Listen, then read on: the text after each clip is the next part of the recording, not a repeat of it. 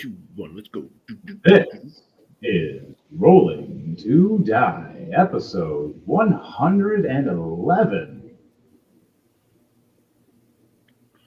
Doom Saints, people. Hit it, DJ.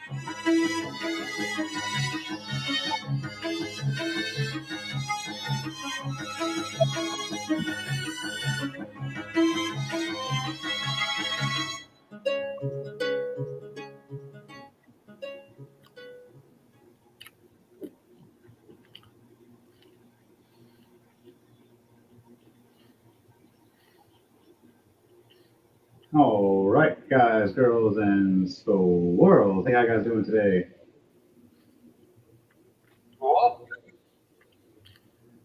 I'm chewing. That's how I'm doing. I am your head game master here, Henry Montney, also known as Mayhem the Heart's Mace, your game master and the lore writer. This is episode 111. This is the Doom Saints, a crossbreed of Blood Saints and Doom Crawlers. All right. I'm going to start off with the introductions before we go into more of the story lore. Before I start off that, we're going to start with the people in the room with me. We've got a special guest tonight. You want to say hello in the studio? Hi, Hello, studio. this studio. Playing as Reuben, the Rock Gnome Ranger. Oh, yes. He is the Doom Crawlers champion of the PvP Awesome. and holds the title so far. And no one has beaten him. Someone's came close, but no one's beaten him. I also killed the dragon, so Killed quite a few dragons. May have killed Tiamat. But now we're gonna go down the one on Discord. All right, Discord for Daniel. I'd like to introduce yourself. What's up, everyone? It's Daniel. Tonight I'll be playing as Finreal.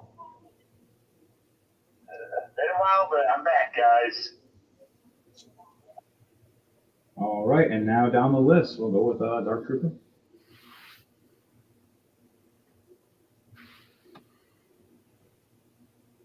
All right, Dark Trooper, you'd like to introduce yourself. You just did. Anyway, hello, this is Dark Trooper coming from you live from a secret location, also known as my couch. See, I don't have that intro. And then last but not least, And bringing you your music and also playing as everyone's favorite fire ganassi, Edward Knight. I am DJ Thunderbee. Thunder. Thunder strikes. Oh my God, I'm on fire. Okay, back to it. So, where we last left off last week was the Drunken Dragon Brawlers and them flying off on the sky ship, heading back towards the lands of where the Drunken Monastery is. But that was a different story of a different time. Now we shift back over to what happened here. As within those weeks of explaining the Drunken Dragon Brawlers, there was a meetup. A portal opened up. Grismont was pulled in. Rather rudely at that Matt. As a matter of fact. Great way to get Grismont's attention. As Mayhem and Grismont had a rough scuffle as they walked down the path, meeting up with Chrome Tombcrawl, the purple tiefling, and Reuben, the little gnome, rock gnome. And their journey, they also met up with a team of Kit and Finrir, which were the scouts ahead of everybody else. As all of you walk down these paths, you finally got through the forest and led to a lining of the trees where it leads to a town. A lost town of Fogville. Usually a heavy fog comes in every once in a while and no one can see a thing. Tonight's a clear night though. But on that note, before we go any further, this show is called Rolling to Die, and I would like for everybody to roll 2d20 for me and let me know what each of those individual 20s are. 19 and 14, 23, 33. Sorry. And 19 and a 14? Yep, 33. I got a 10 and a 4. Okay. Okay, I got everyone beat. Natural 1 and a 9. Natural 1 and a 9. Oh no. That 1 and a 9. Oh no, that should be a T-shirt. All right, DJ Thunderbase, what'd you get?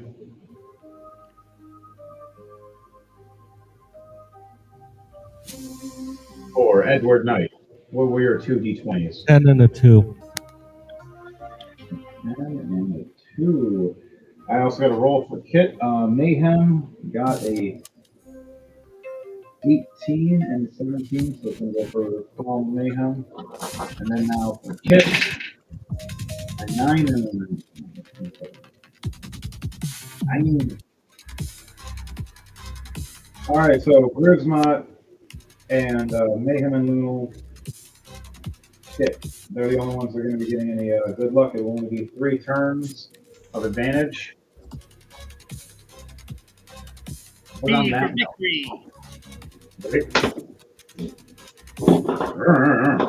On that note, as you guys are walking, I'm going to have Grismont, I'd like for you to roll a perception check for me, as well as you, Finrir. Finrir, you're Do I on the have opposite advantage? side. Yes, you have advantage for you, Dark Trooper.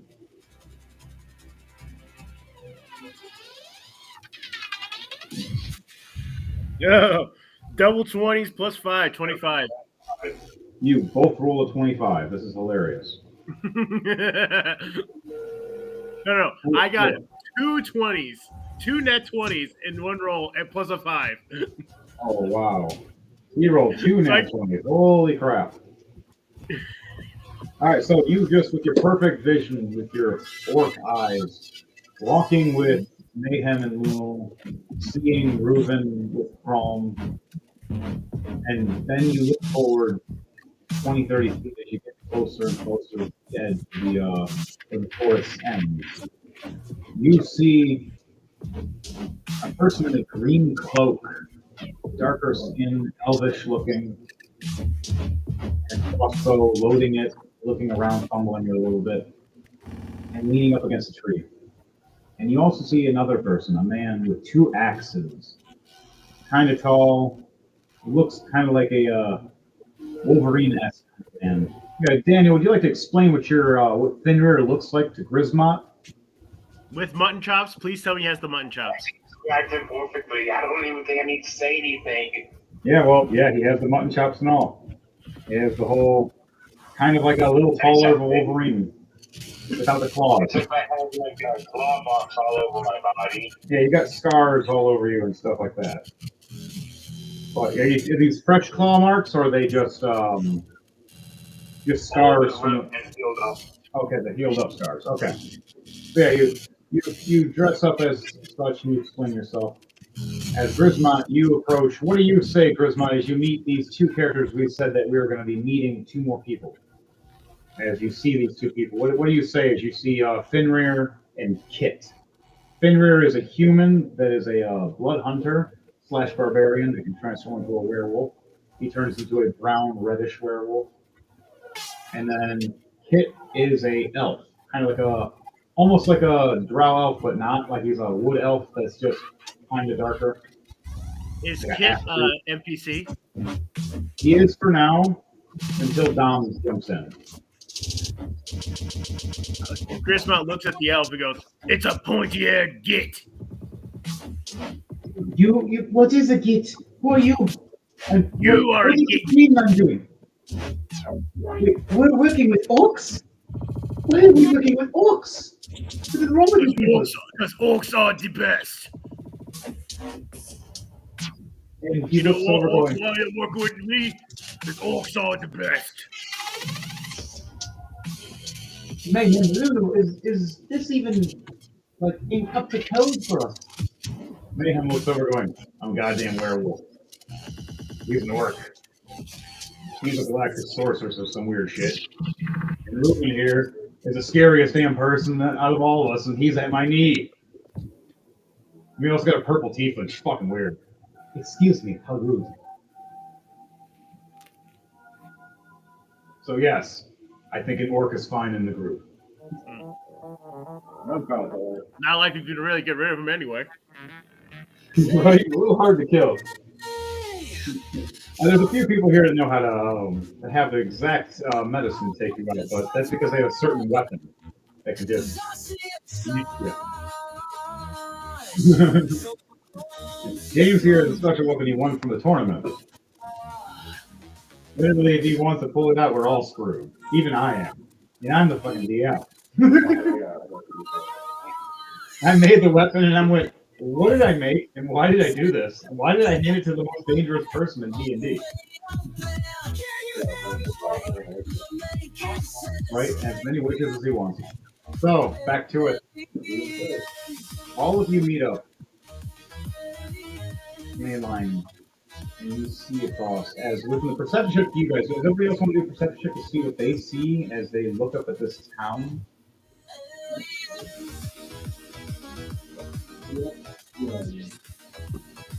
Oh, do another one? Not you. You and Chris are fine. You two are perfectly fine. Just everybody else can do a perception check now to see where the. What was your 22? 22 for Ruben. What'd you get for Edward Knight? Oh, I got a nat 20. What are we rolling? Perception to see what the town looks like. It looks like a ghost. It looks like a piece of shit town. It hasn't been. It hasn't seen life in many, many years. Nat 20 plus 2, 22. So if I explain Detroit, you guys understand. I mean, I'm joking. I used to live there. All right, you guys all succeeded over 20, even Mayhem and Loom and Calm. You look over and see these roads that are, how do you say, pebble-ish, stamped up pretty nicely. You see the town has probably a good 15 buildings, maybe more, and then one giant, huge one behind it. Like, instead of making a castle or anything, they made a giant walled fortress behind a small town. What all you guys see right now is these about 14 to 15 buildings and roads. You do see movement. For those who got nat 20s, you see dogs running down the roads, different ways, in different directions. You do see some guards walking as well. You do see some light, but the light is very minimal. You see a small cloud or foggy cloud S coming in. Say about 2 feet, maybe 3 feet at most, raising up from the ground. Proven for you, this is complete concealment for you. So if people were looking at you, they can't see you anymore. You just disappear. Now, I'd like you to roll a stealth check from with advantage, please, to see what you how much of a disappearance act that you just did.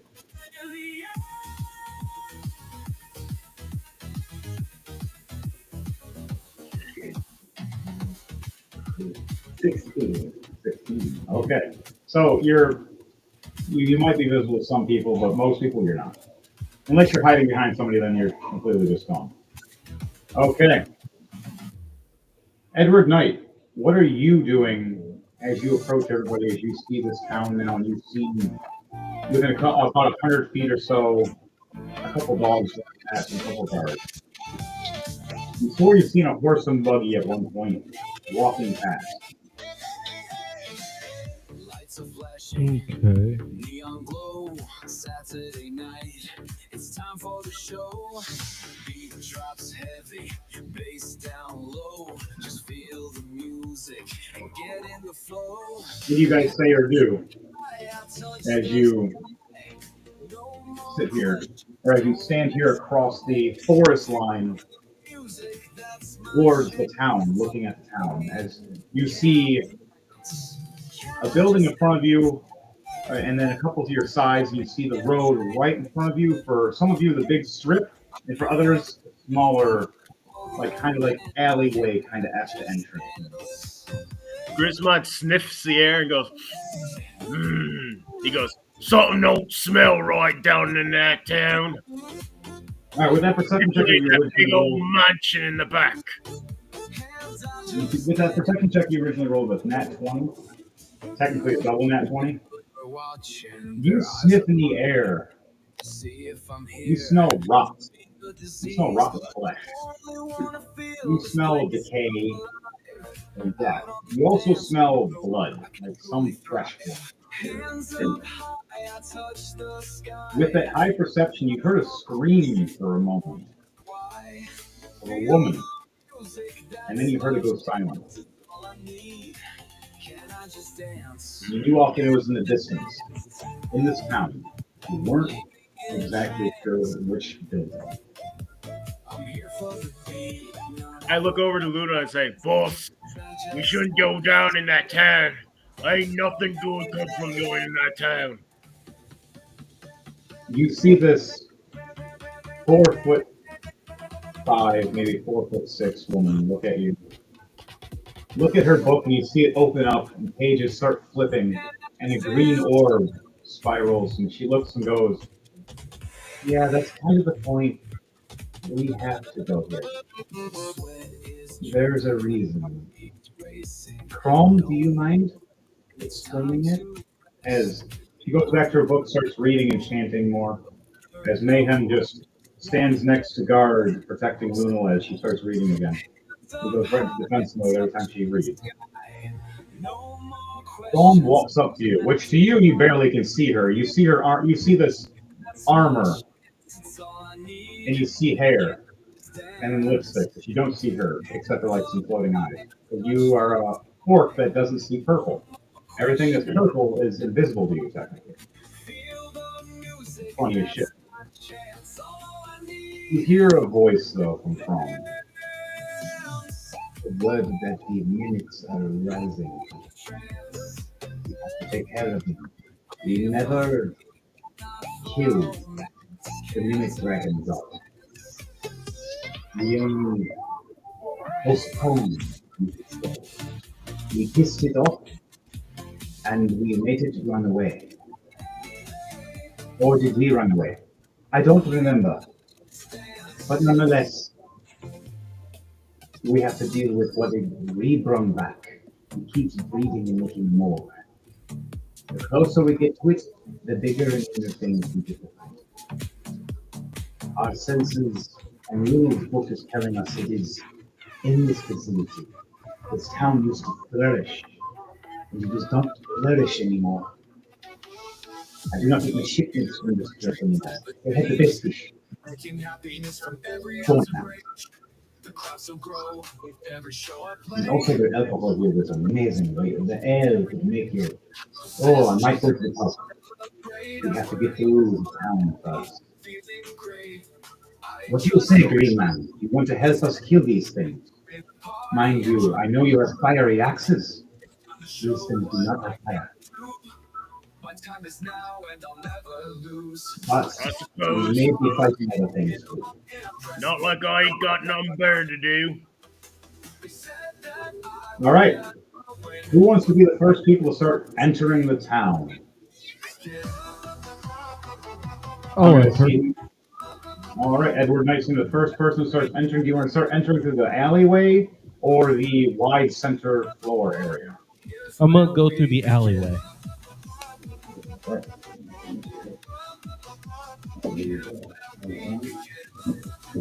Okay. Edward Knight, as he appears, you see a hand come out of the shadows and a panther behind him out of the shadows. Looks like it's kind of curled up behind him everywhere he walks. Kit is going to follow behind you.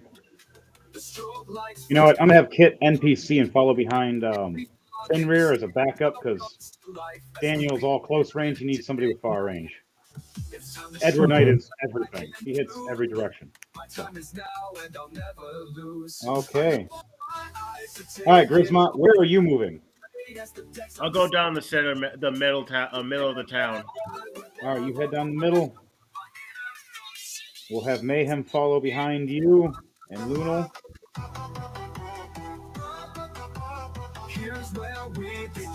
Chrome is going to go to the far left side. Reuben, do you want to follow with Chrome or do you want to go off your own direction?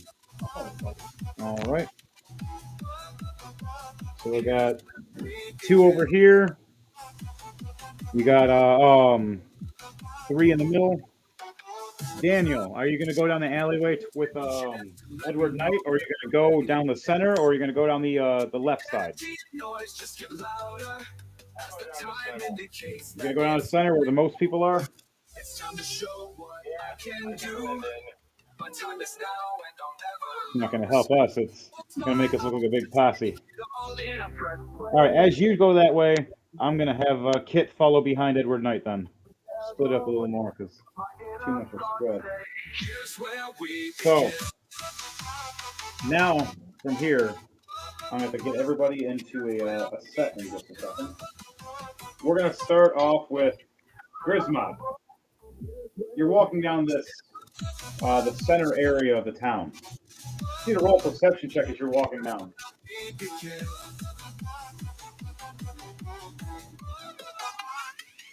13 plus 5, 18. Oh shit, I didn't roll advantage. You got advantage for one more turn. I would never win, but my inner thoughts say, here's where we begin. 12 and 14 plus 5, 19. All right, 19. Here's where we begin. So, with a 19, you're walking down this pathway where the road is. You walk ahead of Mayhem and Fenrir. You see this guard standing there. And you see what it looked like to be a guard dog jump up into his arms. But then you hear a horrible noise. As the dog's yelp and a crunch. You see the backside of the guard. You don't see his front yet, but you see him looks like he's moving and struggling with the dog. And you see tail drop. And blood hurts. But then, moments later, you see the tail rise back up. And you hear the dog again, but not in a good way, in more of a angry, creepy way. As the guard puts it down, as it starts standing up, and it starts walking all messed up looking, and you see his back is exposed and ripped. And he turns back and you see half its skull is open. And it's like undead looking. And it turns back and starts running down the street. As the guard laughs. Another one for us.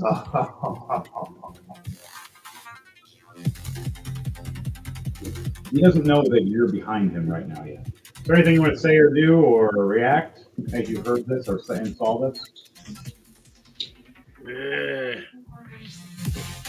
I ain't scared of you. Right as you say this out loud behind him, about 5 feet behind him, he turns slowly and looks at you with a grin. As you see his face is partially messed up looking, and one eye is blind, the other eye is still visible.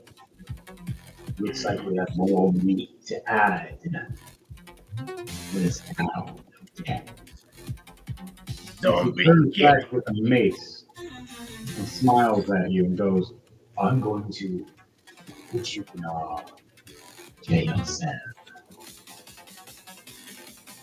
Come with me or die. What do you say to that, Bismack? Okay, I grab the mace and rip it out of his hand and smack him in the face with it.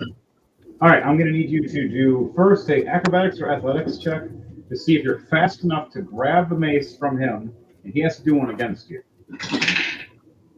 Ooh, you a little high. 27, 17 plus 10. We got a 19 plus 9, 28. He just beats you in speed, pulls back this mace, slaps your hand with it. You take 3 points of bludgeoning damage and 3 points of necrotic damage. As you see, this mace is glowing a black aura around it.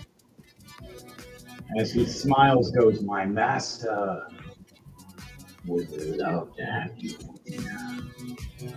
He likes his vegetables.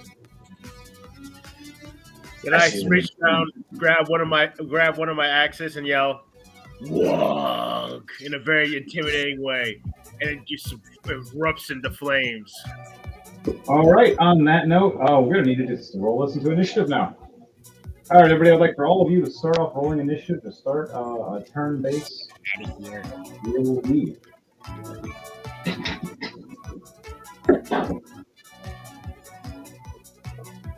Oh, 5. 2 plus 3. Oh, wow. 12 plus 6, 18. I most likely am going last. You never know, man. There's some clerics. Game 17 visual. plus 3, a dirty 20. Moving. And you said a dirty 20 for you, Daniel? Yeah. Dirty 20. All right, Dom. He's plus 4. 7 plus 4, so he got 11. Wow, Kit got pretty bad. Mayhem is a. It is Mayhem.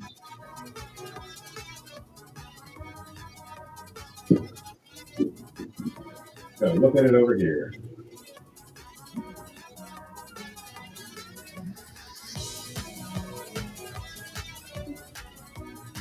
Here you are. And I got plus 5 to my initiative. And that 20, so I got a 25. Holy crap balls. And then we'll have hers. Now Chrome. A 2 plus 2. So she got a 4. So Chrome actually goes very last. Which is a good thing because she is a cleric. You want the healers to go last because everybody else gets messed up first. Okay, so first is going to be Mayhem. Second is going to be Fenrir. Third is going to be Edward Knight. Fourth is going to be Kit. Fifth will be Reuben. Sixth will be Charisma. And then last will be Calm. Mayhem and Lunal are a combo. As they see this starting off and they look over each other, and Lunal cast Bless on Mayhem, and then Mayhem rages into a berserk mode, using one of his bonus actions. And has his weapons ready, and he moves forward 10 feet and goes to swing at this guy right off rip first with his dual masons. I get plus 12. Nice. So 18 and then 9. So plus 12 for both. So 30 for one and 21 for the other. Both hits. I'm going to do how much damage? Okay, one button. 12 damage for the first one. And I get a plus bonus. And then 10 damage, and I both get a plus 3 for my rage, so it's a 15 and a 13. So 28 damage altogether that I did to the first guy. That's standing right next to you. My turn is done. Luna did her thing. Off to the next. Daniel, Fenrir. It is now your turn. You are behind all of us, the very back, as you see me rage and run at this guy and attack him.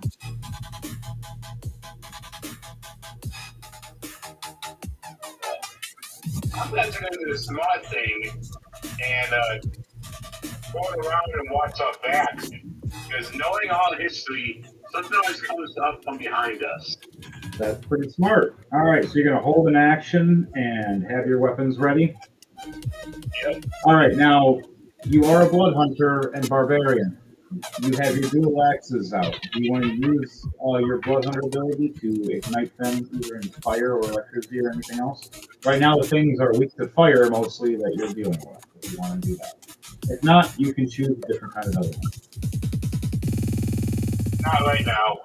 All right, so you're just going to have them ready normally. Yep. All right, so you hold your action for combat if somebody comes up behind us. You end your turn then. All right, your turn is now done. It is now Edward Knight's turn. You are down this alleyway. What are you doing down this alleyway?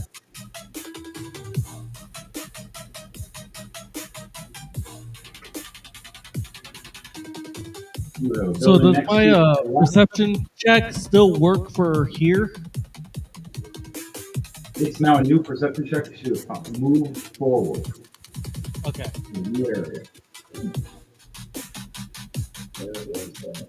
14 plus 2, 16.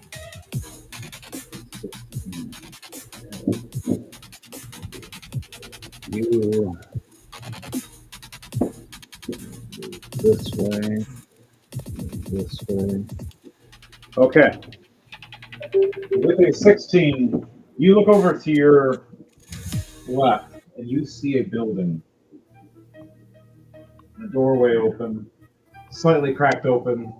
You hear a heavy breathing from that distance and a coughing. Is it creepy heavy breathing?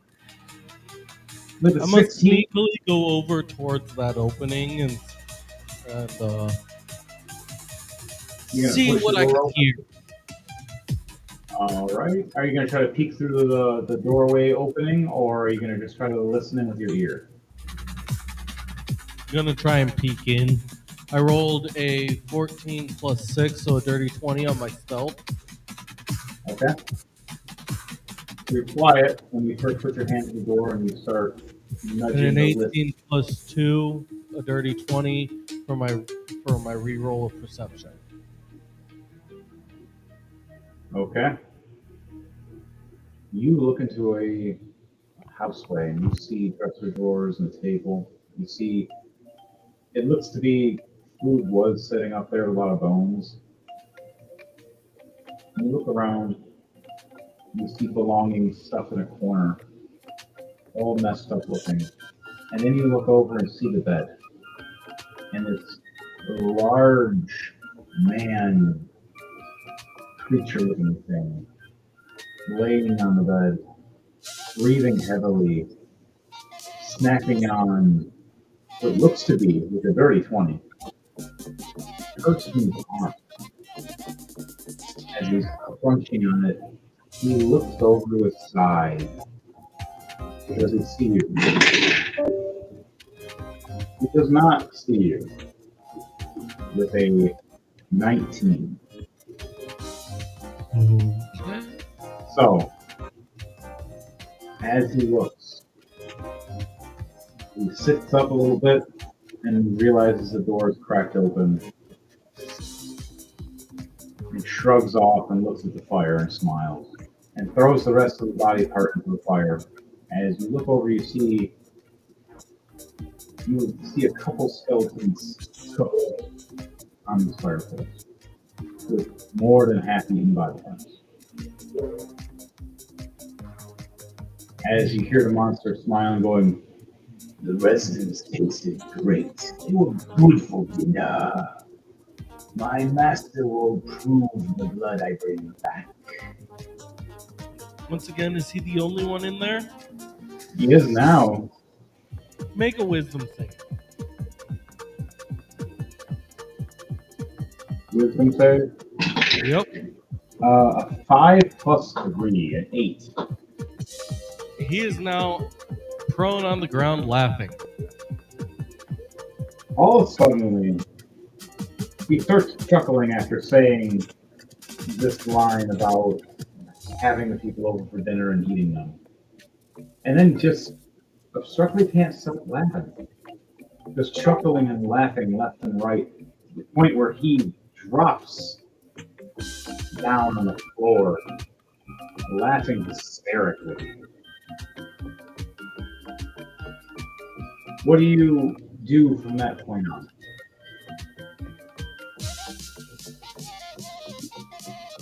From that point, I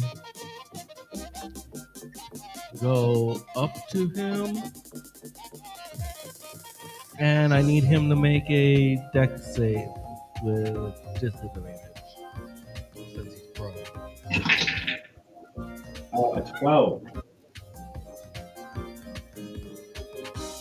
He is taking 9 points of fire damage from burning hands as I reach You my walk hand out and just start burning him. At first, he looks and starts laughing. He sees this dark figure open the door, walking towards him. As you uplift your cloak off your head, as his eyes raise big, he sees fiery hair and eyes, and your skin tone. As he can't stop laughing, trying to say, "Fire Ganassi! What are you? Oh no, what are you doing here?" As you walk up to him quietly, silently, but violently, placing your hand on him as his skin just erupts in flame. As you hear him laughing and screaming all around the same time, there's this weird, horrible melody that I'm not going to try to recreate.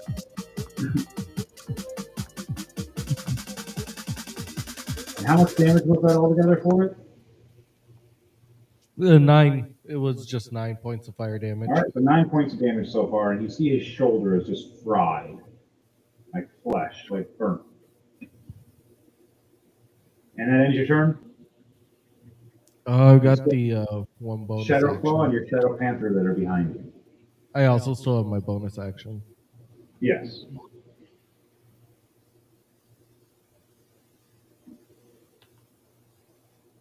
Does a 15 plus 8. So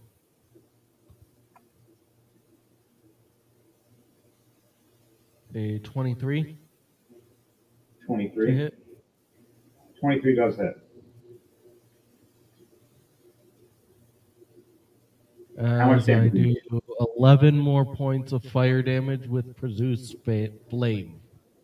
Okay, nice. So altogether, 20 points of damage. As you ignite him on fire, he's screeching in pain. So that ends your turn now. Now it is Kit's turn. As Kit is behind you. He leaves the door open. He's you doing this in shock and horror and realizes it's a monster. Pulls out his crossbow. Fires it off. Misses the first shot with a 3+9. Fires again for a second shot with a nat 20. Doing 11 points to times 2 for 22 points of damage. The creature's dead, but he is hurt right now as he is on fire with a crossbow bolt in his eye. You will be a billionaire one day. Alright, anything else? That is it for them. So Kit is done. Ruben, it is now your turn. Standing behind Calm, she is walking toward her. Technically, I should be ahead of her, either one. Oh. What's next? You want to look around, or you want to keep surrounding? Because there's a lamp above you that's lit with a light aura.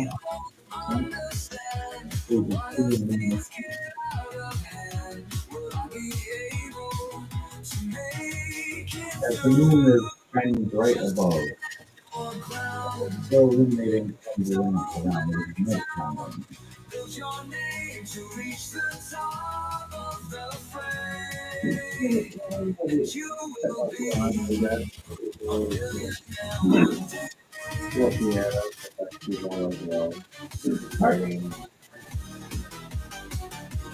So, you want to test the check, or do you want to? Yeah. 19. All right, with a 19, Ruben, you look around and you look to your left at first and see some man. And you see a figure.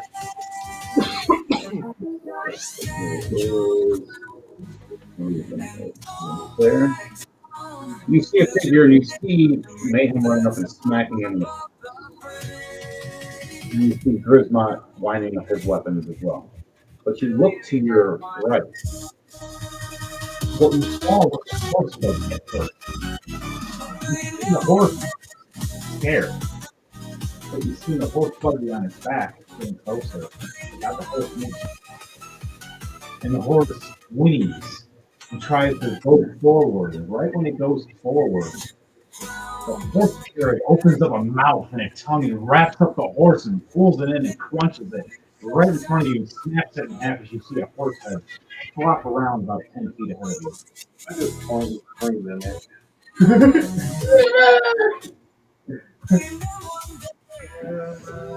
As you say that, Krom goes, "Holy shit! Not again! That was big! It just ate a horse! Literally, one bite!" Your face, every move, I feel the bass. The lights are low, shining bright. Keep moving closer to the neon light. About like 18-inch feet. I'm trying to maintain my sanity. When I All right. full of desire, I can be Go on fire, because it doesn't know you're there yet. It just ate that horse. It's distracted completely. You want to do a sneak attack. You are 13. 13 does not. Okay. We're caught in a dance, moving with each and every sound. I can't break free from the ties. Each glance I get lost in your eyes. It's like I ask myself why it's got All right, and is that after double? Yeah. Yeah, so fire to the surface shot. Where does it hit as you see this giant mouth open up and snap down on this horse? And it goes. It's giant teeth and everything. You said it was a buggy that got killed for it? Yep, it's right there at the very end, right next to your guy. You see the horse Buggy here? Yep, that's it. Alright, just opened its giant mouth and just crunched the horse in half. It's magic. As it opens its mouth to, I don't know, war or try to kill another people, like, try to get it through it. So, Right as it opens its mouth to try to crunch down the rest of this horse, an arrow pierces it right in the throat. Ah! Ah! Now it feels like there's something in its throat and it's trying to cough. uncontrollably and has no sense of what just happened. There's even more detail.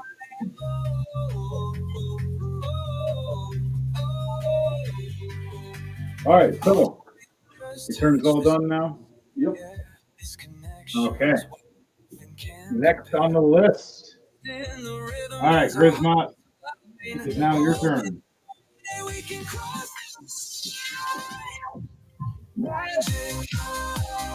Let's go for that Death Knight. All right, yeah. 100%.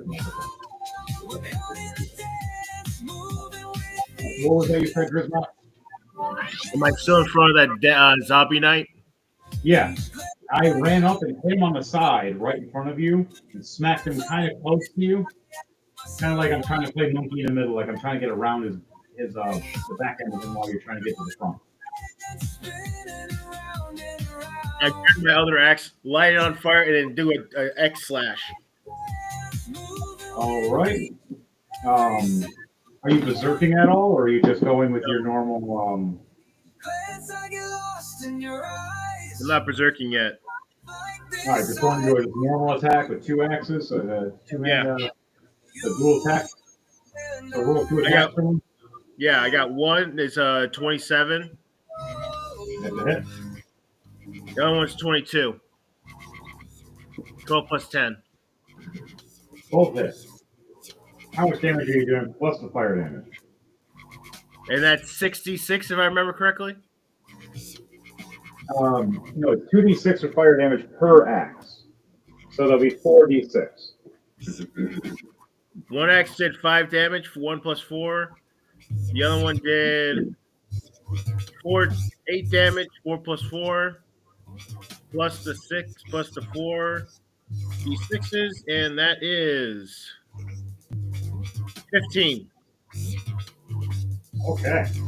So you hurt him pretty good. Well, he's not dead yet. You messed him up, and now I got to roll and see if he's on fucking fire. 17. No, he is not on fire. But he's definitely scorched. Oh yeah, he is scorched, has a burn mark cut on him, real bad, and you can see his armor is just shredded. And he looks back at you, going, "I'm gonna have my vampiric master turn all of you into slaves. You're all gonna be ghouls." I look him dead in the eye and say, I ain't afraid of your pansy little vampire bitch. Mayhem looks over at you and smiles and responds to what the vampire ghoul says, and he goes, I'm kind of immune to being a ghoul. You want to know why? As the ghoul vampire turns and sees Mayhem's face, the big smile, and he sees the teeth get longer and the mouth elongate, and you see his fur grow around his body.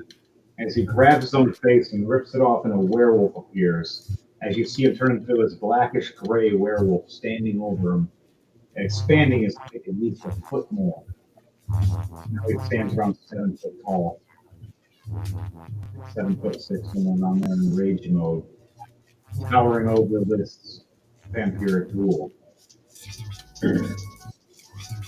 I'll use that as my reaction. All right, what's the last thing you do, Grismont, before you end your turn? Sorry. You get a bonus.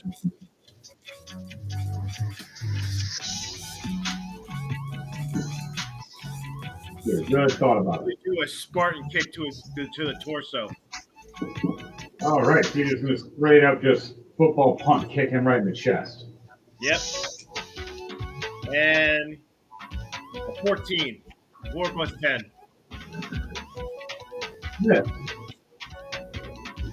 As you go for the kick, he catches your foot and braces himself, smiling at you. And he is going to go for a leg sweep. A 17 plus 9, 26.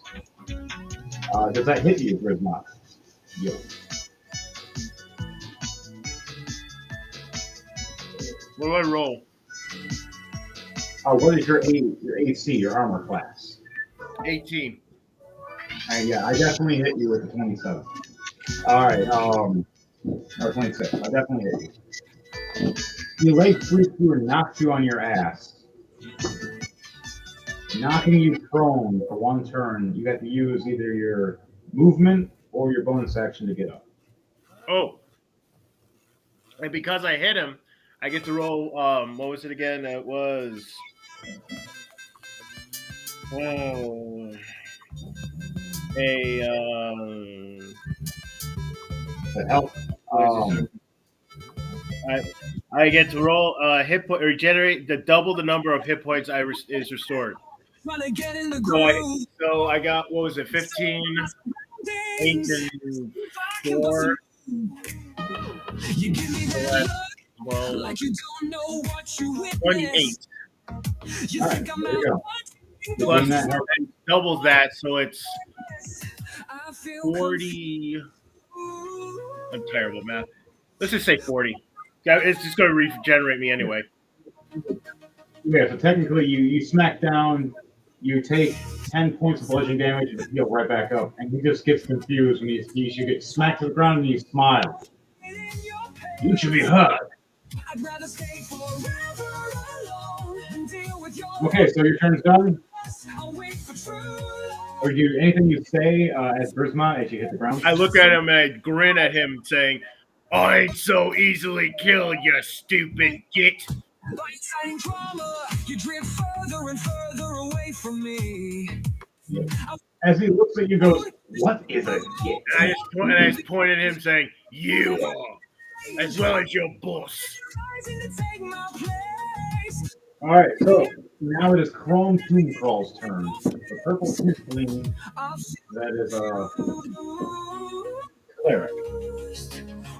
She's standing there with Reuben as Reuben says, "Mimic," and fires his bow and arrow twice. She looks over and freaks out and screams, "All is squirrels! Not again, not another one!" want it in your pants. He's gonna cast guiding Trust, I'll wait for true love instead of being surrounded There we by go. lust.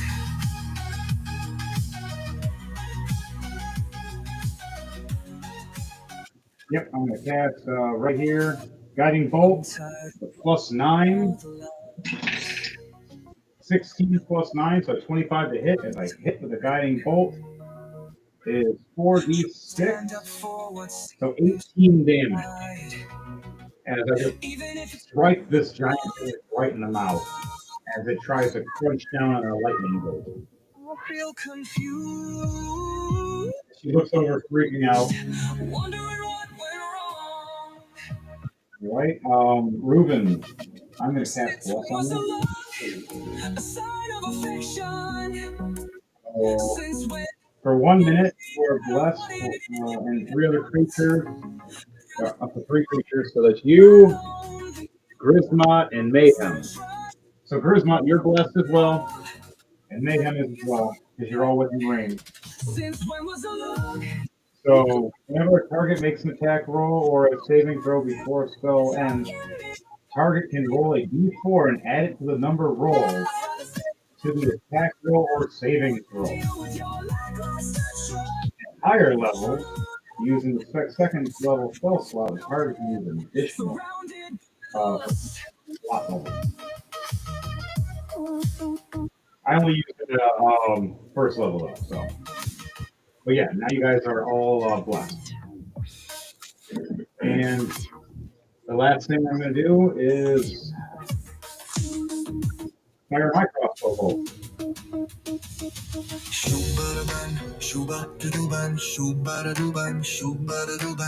My crossbow is +9.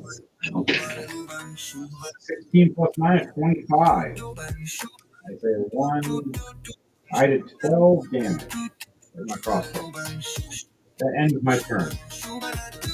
All right. Now it's the NPC's turns.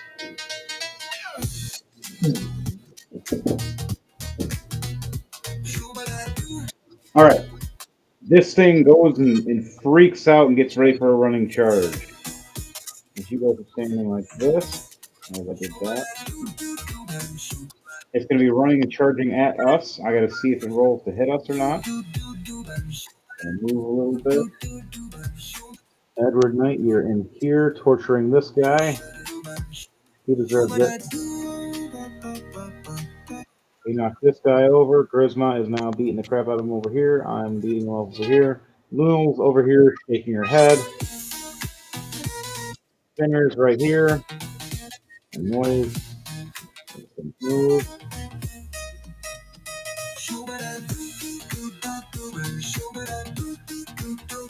Move.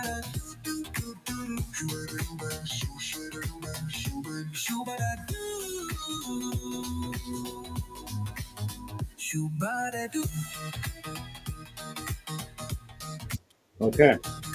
Everything's moved in the field. I gotta do the attack now.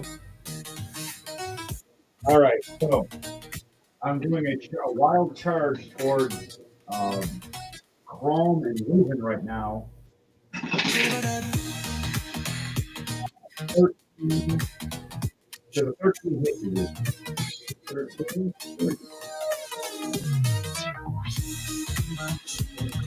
Not bad. Oh. No. All right. And this is Chrome as well.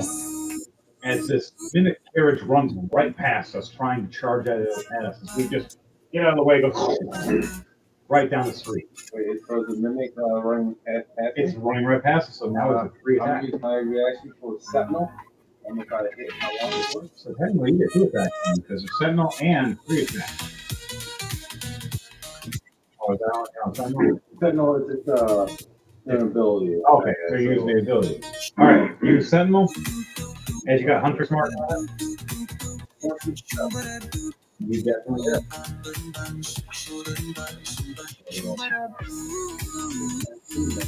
What weapon are you hitting? My local longsword. Ooh, nice.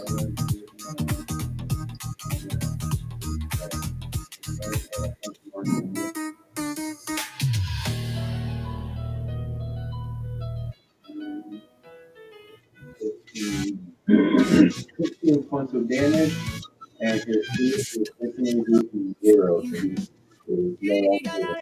So right as you see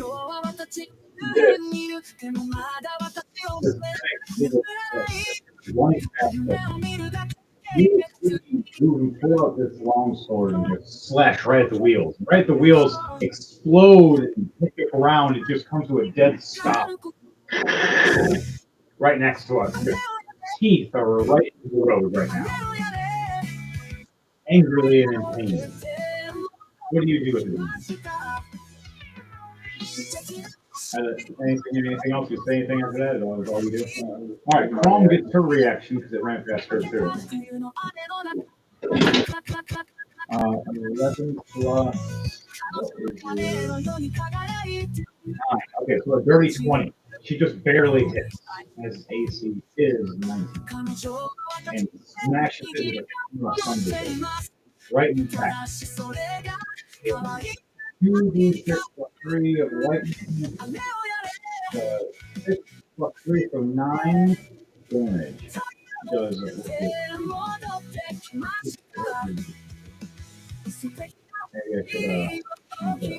So that's it for her turn or for her reaction. The other one was a mimic dog running up as Mayhem is striking, telling Grisma, "I'll show you how it happens, how to hit somebody with a weapon. Watch this." Right as I go to raise my mace, you see this dog, like creature thing with a giant mouth and tongue, jump at me, kind of like a licker from Resident Evil 2. And just Mayhem hits the floor. See if he gets knocked off or not. Yeah, Mayhem prone with a 18 8, knocking him on the ground and biting him for 15. So the second attack is a nat 1. So those are another fight. Mayhem is right in its mouth, and it clamps down on the mace, and Mayhem does a reaction and slams it down with a strength check with a 19 plus.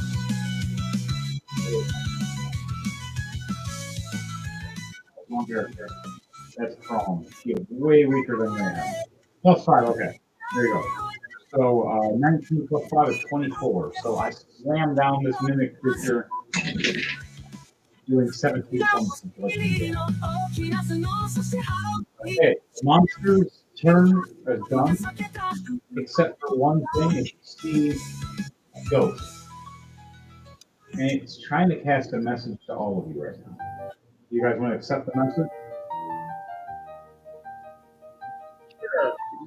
Steve, can I talk to you? How many people say sure? All Sometimes I Sure. wonder if anyone right, Ruben doesn't hear it. the silent tear, Chrome hears it. cry, the hidden pain, Mayhem denies it. growing fear Luna hears it. of Edward Knight hears it, as well as Dark Trooper. Fenrir, do you hear it? hum of the silence Or Daniel? pushing through like a virus. Don't close your eyes. Let's see. Nope, you're still there. Okay. Daniel, you there? Good. Don't tell me I'm not alone. As it happens, You're not around. I you hear a voice want words to hold. of a ghostly woman. Waiting to start. Don't If you want the answer, okay. take revenge on me, who killed us in this town, who took and brought our souls to this town. Apart. I think back There is a king, deep in my not but one, the sun up. but five. The birds are singing with great delight. Five Reality books is bringing me back to the on they're mimicked, the looming clouds but these of ones gray. Pain magical and sorrow that bring dismay. have blue Close eyes your eyes. as they are young. It'll be your demise. Don't There tell are five of them. If you find me, when you're not. you may have a chance of something. Take your words to heart. It's like a pain waiting to start. Don't ask if I'm okay. What do you guys feel when you hear this? I'll say that everything is What, going seeing the mimic? but I wonder if you can tell. The ghostly lady is explaining to you that there are five magical mimic books that are blue-eyed mimic books that are different. That are meant to lock away or seal away the mimic dragon god. Are we able to respond to them? Will you save me from You are allowed to respond, give this life? but only Word once. asks Over if the there's any hints to the first book.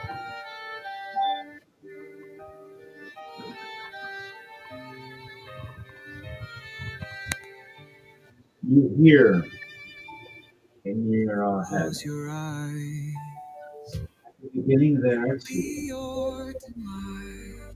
as go on there one, Don't tell and then there me two. alone when you're Plus reference to our six.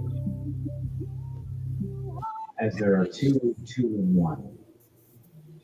Do you know it? Which section will you be in? Is how the answer becomes. So pretty much, you're either finding two or one in this area.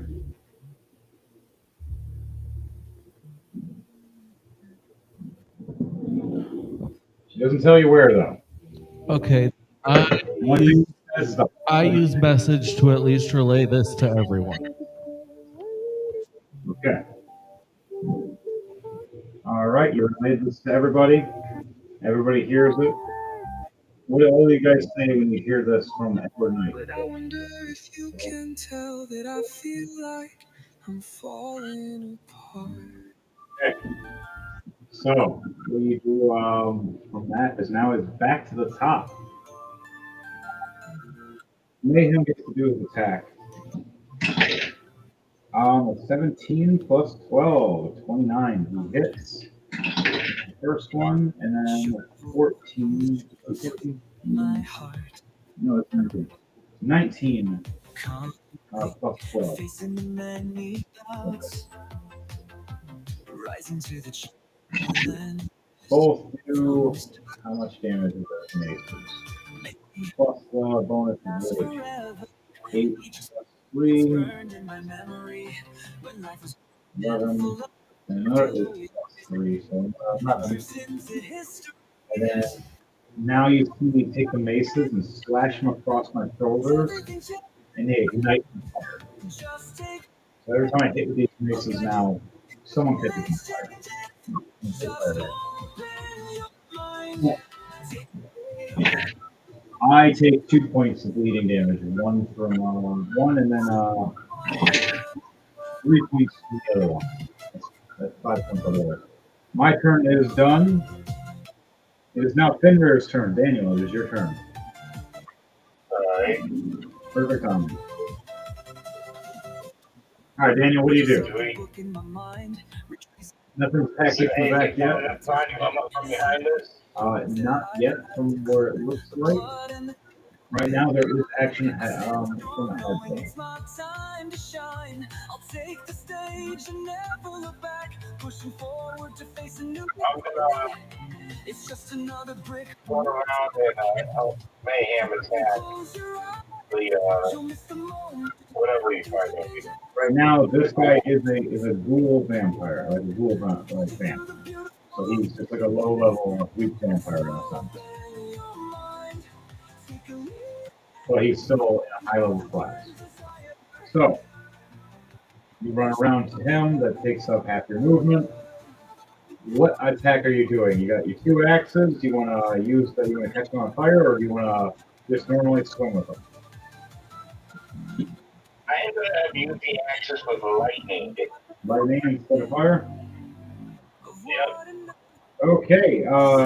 Roll 2d6 for damage to yourself. You're slashing yourself with the action.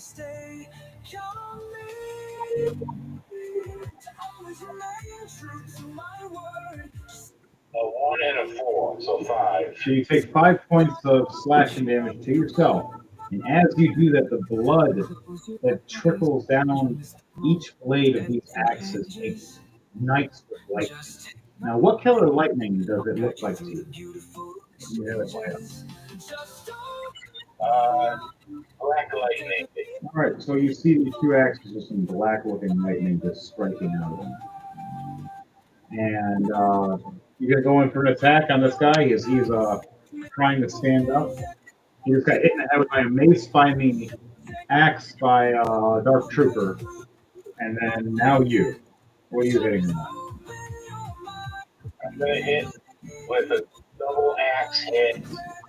So I gotta swing twice. All right, so two attacks. Roll them. It is a 22, That's a hit, and the second one is a 19. and that's a hit.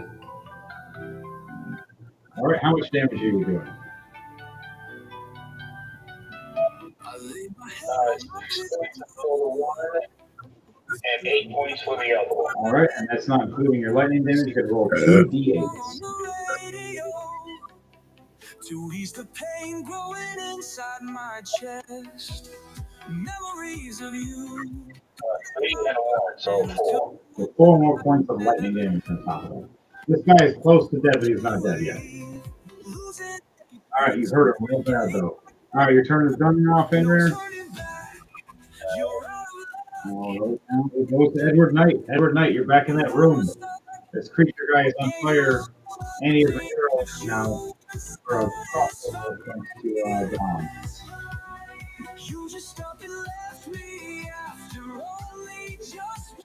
What do you do? My turn. DJ Thunderbase, Edward Knight. Okay, I'm looking at my spells real quick. There's no second chance.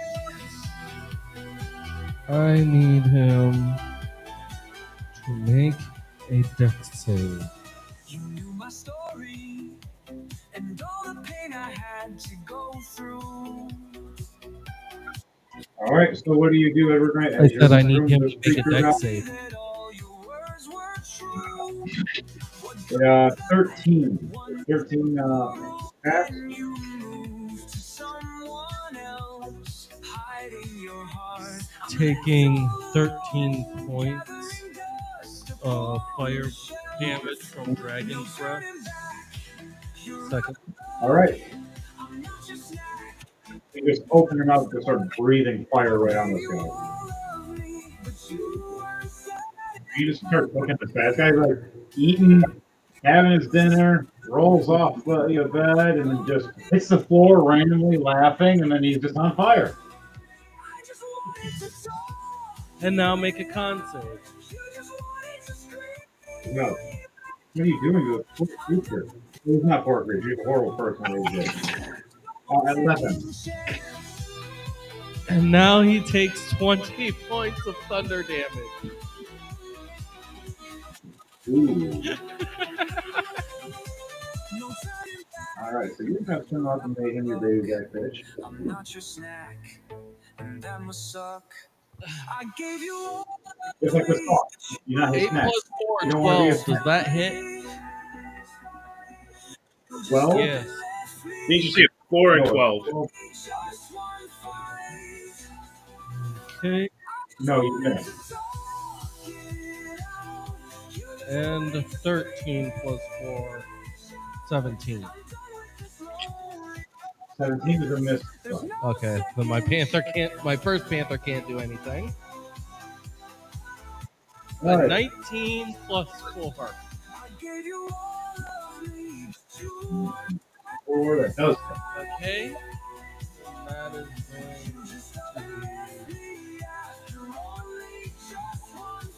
12 points of bite damage from my second panther.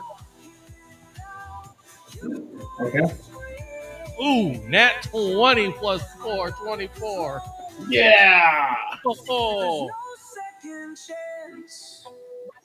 Okay, how much damage for this? Double damage. 19 points of slashing damage. 19 points of slashing damage. Mm-hmm. Okay. 19 points of slashing damage. After all the bleeding and on fire, he's close to death. He's not dead yet. Let's just say he's wishing he didn't stay in this house. The beast, all the gears are greased. Like the beast. All right, you end your turn, or are you going to use your shadow claw? To fight the outcome. That's all I could do. I had my 2 panthers. Only one thing left to seal And You should have shadow claw time, but there hasn't been summoned yet. I haven't summoned the Shadow Claw yet. Okay, so that ends your turn. All right, now it's Kit's turn. Reuben, you're on deck after Kit. Kit is right behind you in the doorway, not in the room, but in the doorway. And Kit is going to fire his crossbow. 17 plus 9, so a 26 hits. Fires again with the second shot. 16 plus 9, 25. Hits with both shots. Does 11 damage with one, does 7 damage with the other. And then he reloads his crossbow bolt. And that ends his turn. Reuben, it is now your turn as this mimic horse carriage is freaking out and can't move. Two strokes with the long sword at it. to bow your head and succumb. Only one thing left. First attack is a 29 to hit. Definitely a hit. Just open that door.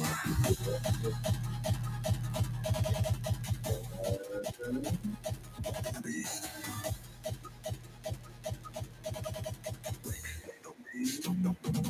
Beast. 22 points of damage for the first attack. All right. The beast from the mountains east. 27 to hit. That's definitely a hit. The least. The beast, all the gears are greased. The beast, it's time to feast. The beast, it's time to feast. To fight the outcome. I would do it. Bow your head and succumb.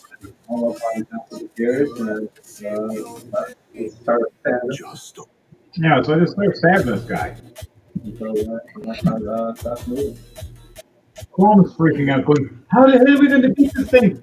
And she's trying to hit with a hammer. Why aren't you dying? As Reuben jumps up on her shoulders, jumps up on top, walks up as willy-nilly, pulls out his sword, as it's freaking out. She's screaming and yelling, trying to hit it. He just Stab, stab, stab, stab, stab. And then it just stops moving. And then she's like, wait, did I do it? And she looks up and sees you going, of course I didn't do it. Ruben, how did you have to get up there? Okay. Anything else you're doing before you end the turn?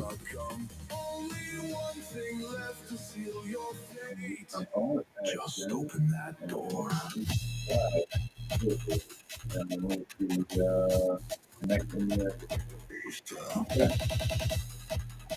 So, you see the guy on the ground that we're beating the hell out of that's trying to stand up, and he finally is getting back up as you see him.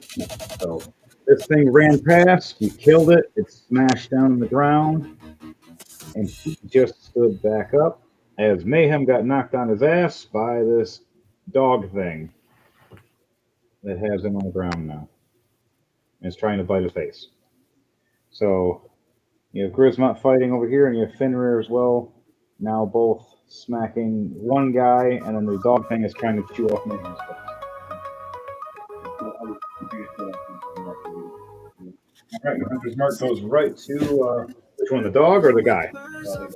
All right. The guy starts whatever the Hunter's Mark looks like.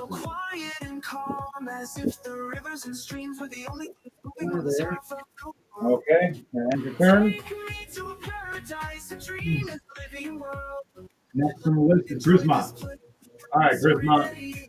What are you doing? The guy is standing up now, and he swings his mace back like he's about to go and try to hit you in the head with it.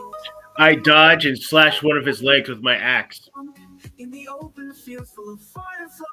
All right, roll a dexterity check for me. Dodge this weapon in past your turn. 11 plus 3, 14.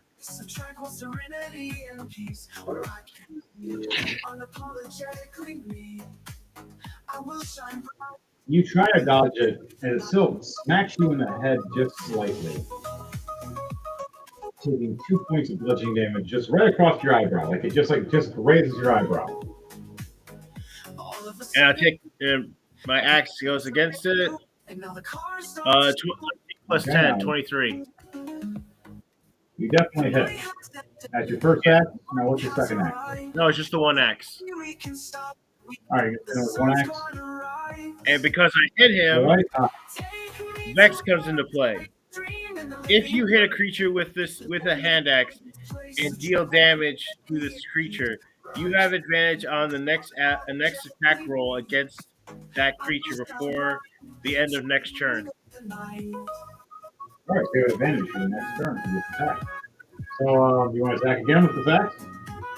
Well, let me calculate the damage. And yes, it's still on fire.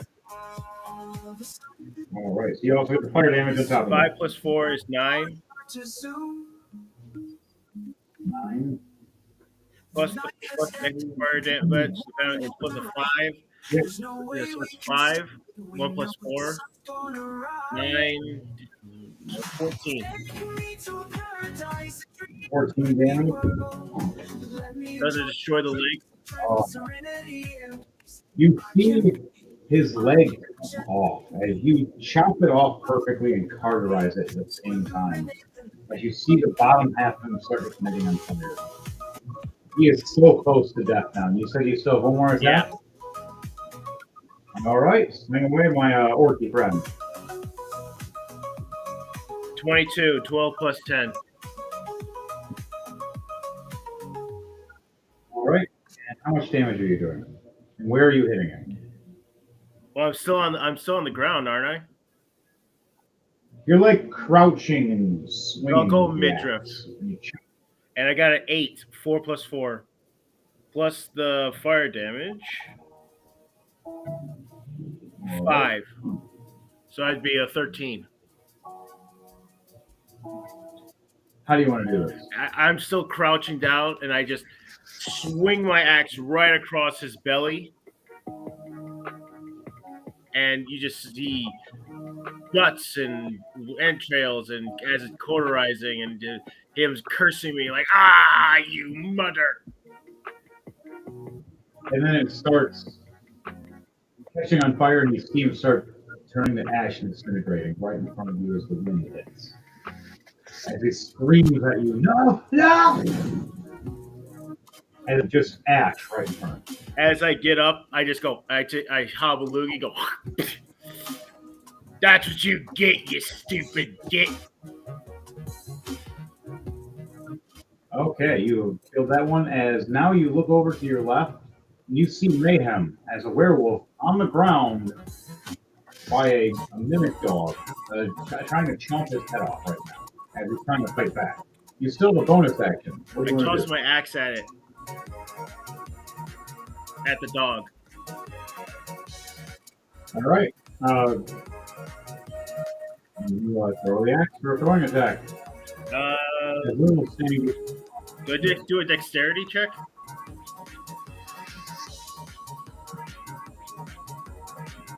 still an attack. So you're just throwing it as like an attack, but throwing. So it's just going to make the DC a little higher on the end. Okay. 19 plus 10, 29. So hits.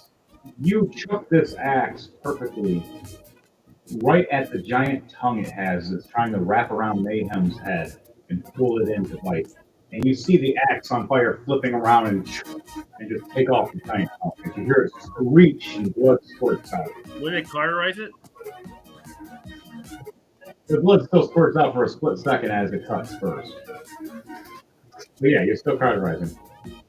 As the axe hits the floor, it slides. Is there anything you say as the axe hits the floor and slides about 15, 20 feet away from you as Limo's standing behind you? Grab it, you stupid git, and chop its head and stop its sogging head off.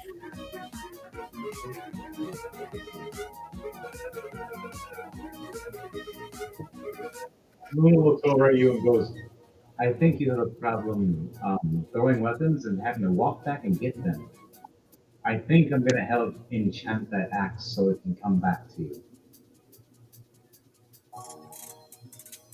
She says, give me a few moments and I'll help you. She starts reading her book, but that'll be a whole turn at least. All right. Anything else you say before you end your turn, Yeah, Grisma? I yell at the Heart's Mace to grab the axe and cut its head off. While it's distracted. All right, that's Grisma's turn. Now it is Chrome's turn. Chrome sees what you did, and then you did the Hunter's Mark. And she freaks out at the dead mimic that's now like decaying and melting slowly in front of you guys. She sees the dog creature attacking me. I'm going, out of everybody, the tough guy is the one in trouble. Are you serious? Wow, she rolled horrible. 6 plus 9. Yeah, she missed the first shot, but a 19 plus 9 for the second shot, so she hits and does 11 points of damage. Missed the first shot, got the second shot, and reloads with her bonus action. Ends her turn. Is now the NPC's turn. The dog creature tries to go for another bite on Mayhem. He misses. Turns back and tries to chomp at Grisma. There's a 17 hit Grisma. What is your AC? 18. It does not. It misses you. You see these big rounded teeth like a shark chomp at you and miss. Do I have an action? Can I kick it? You do have a reaction. Roll a unarmed strike with advantage, please.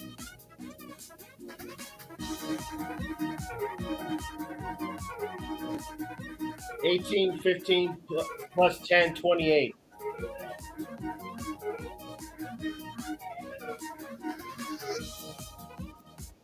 All right, how much damage are you doing? I'm doing 5. So you just football punt this damn thing. I go, and I yell out, quit your jabber. And I try to kick it. Shut your gob. Stupid dog! Boogie, boogie, boogie! It hits the ground 10 feet past us on the ground, and it's knocked prone for one turn, falling on its back.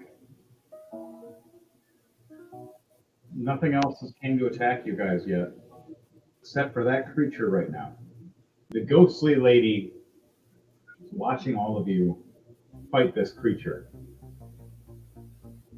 As she watches and looks back, as all of you hear a voice again, as she speaks out to you normally now, so now all of you can just hear her. Beware of surroundings. Nothing's what it seems. No one can trust anything or anyone. Our housely items turned against us. Our plants, our boxes, our beds turned into monsters. And some of our own friends became these things. Even houses became them one day. I mind you all, please, be mindful. They're everywhere. And she disappears after she says that. Back to the top.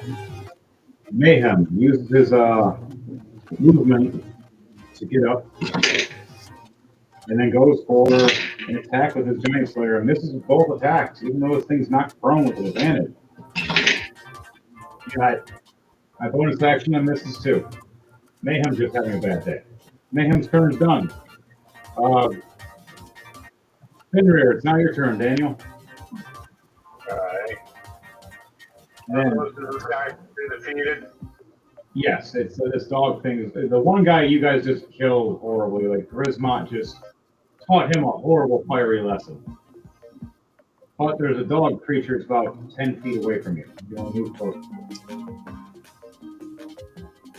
Alright, I'll do that.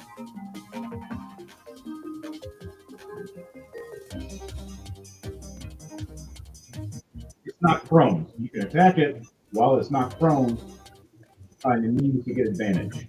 Only for physical attacks. If you're doing a range attack, you get disadvantage. And it's kind of weird. How does that exactly work, James? That kind of confuses me. Range and magic attacks are disadvantage on prone, not prone characters. Yeah. But, they're not moving. Wouldn't it be easier to hit target? Or is it because they're laying down? Clearly delaying that smaller target. Okay, so it's harder to hit Yeah. certain that abilities. would be the idea. Okay. That's how you get advantage. Into this. Mainly. Okay. Now, what if it was like a point blank shot with a crossbow or a bow and arrow? No, but if you had crossbow expert, realize this range, because these it was limited to Okay, so if you have weapon expert of that certain weapon class, you can you can fly out crossbow expert and you crossbow expert or bow and arrow expert. it'll cancel out the disadvantage. Okay, fancy. Okay, so no. All right, Daniel. What was it that you rolled? For D20. Yes, the D20 plus 10 to hit this dog creature as it's on the ground. You have two attacks. 14 plus 10. All right, 24. So you hit. How much damage are you doing with this? Each axe plus the lightning damage. You didn't believe I was going to hit. I didn't believe it either, but you did it. No, I have one way I'm going to hit. How are you going to hit? I'm going to stand next to him and use my axe like a golf club and go swinging. So you're going to play golf with this Yes. dog unit. Okay, carry on. So it's been football punted by Grismont across the room, on the ground, insulted, just to be two hurt. So how much damage are you doing with this axe? You're taunting this thing with another attack, which gives anybody that's within the attack range a free range of attack. So while it's in midair, we all get to attack it. So Grismont, you get an attack. Mayhem gets an attack. Reuben, you get an attack. 5 plus 3, so 8 is damage. Okay. And So I'm gonna use the blade end like a golf club, 27. almost like sawing him in half with my swing. all right. And how much damage did James do? And Grismont, for you, you get a free attack as well as this thing is flying past you.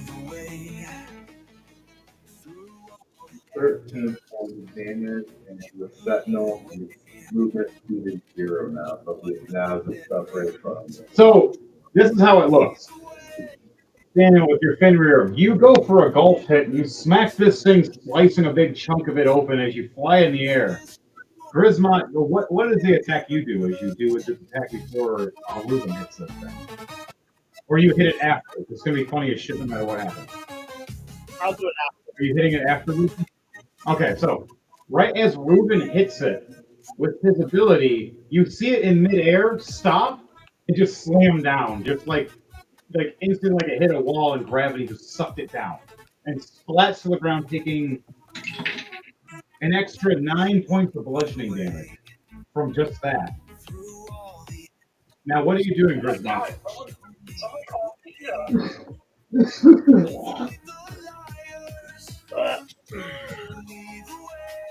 You got a hammer. Yeah, I'll grab my hammer and give it a and just smash down on it like a hammer to a hammer to an anvil. Smash it with a hammer. Hammer! All right, roll an attack with me. You have like every class of weapon right now. Hammer, axe, sword, Yeah, we take hammer. flail. Bow and arrow. Yeah, yours. 9 plus 11, 20. Yep. Yeah, you hit, and then Devontae was fight. All right, so how much damage did you do? If you exceed over 3, it's how do you want to do this? Let's see. It's clearly on its like last death because of what 4 James plus just 5, did. 10. 9. I literally take my hammer up All right, so- over my head and just go and just bring it smashing down.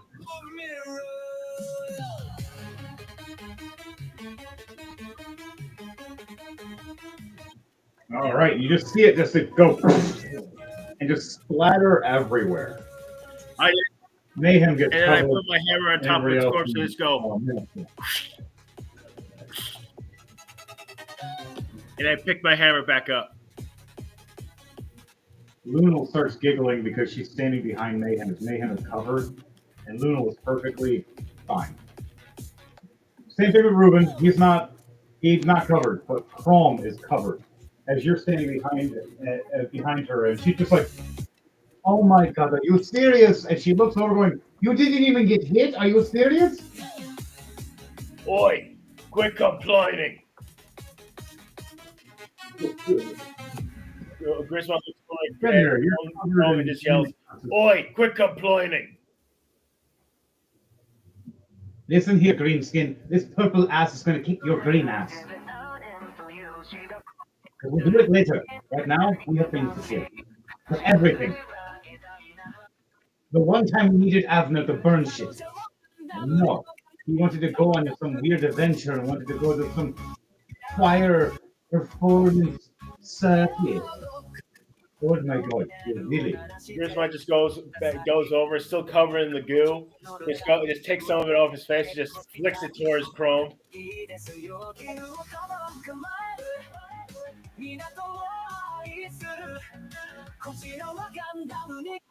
So, anyway, your turn is done now. Edward Knight, back to you. As this creature guy is almost dead, screeching in pain, what do you do? We couldn't fight back, and that's why I couldn't do shit with him. Every single time it was back to the NPC turn. He's damn near not prone every time. And he says, off with his head. All right, roll on attack. I already did. Nat 20 plus 12, 32 on a Vorpal Longsword. That's why I said that.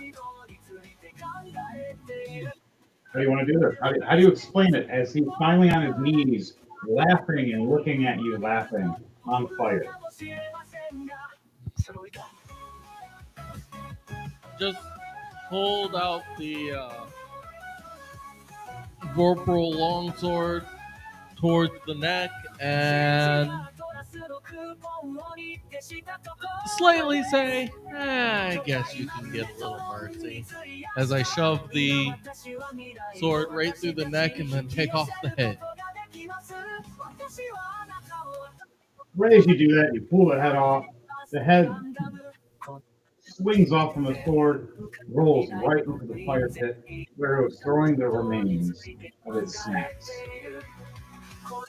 As you hear screeching in pain, its last moments, the body ignites and turns to dust.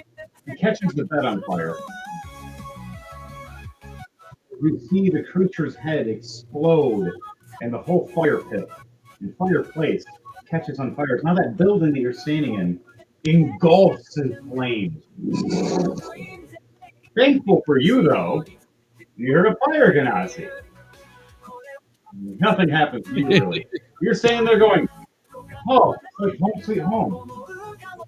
Kit in the background going, oh my god! Ah! And he's like backing away from the house as everything's up, the whole house just engulfed in flames. He thinks you're dead in there now. He's like, no, not Redwood! There's fire everywhere, he's going to die! Wait, isn't he a fire ganassi? Wait, okay, never mind. I think we'll be okay. And he walks away all embarrassed. He's like a child with his actions, but you should never dare provoke him. Okay.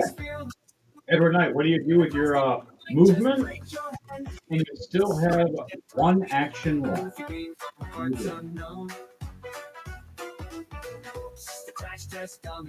14 plus 6 in perception. Do I see anything? Everything is engulfed in flames in that whole house. Now the whole house is with fire. You see where the pile of stuff that he threw is engulfed. If there was anything valuable, it's melted now. Nothing magical you can see over there. The table that did have food is gone and cooked now. And the house is starting to, how can you say, with a straw top falling in pretty quickly. I'm just meaning, like, do I see any other entrance into the room I'm in other than the one that I entered through? Just the main doorway and a window. Okay, now I'm gonna head back. And the fire pit itself. I'm gonna head back towards where everyone else is done. All right. So I need you to roll a dexterity save as the ceiling is falling in. Yeah, the danger to the fight is around. He can be as tough as stone. Take you straight down to the ground. 13 plus 3, 16. The crash test dummy. 16. You just barely roll out of the way as all this fire debris falls down behind you. A little bit does hit your Shadow Panther as your Shadow Panther gets poofs away. You have to resummon one of your Shadow Panthers. You just have the one left. Well, I'm actually going to use my bonus action to unsummon them. All right, both your Panthers are gone now.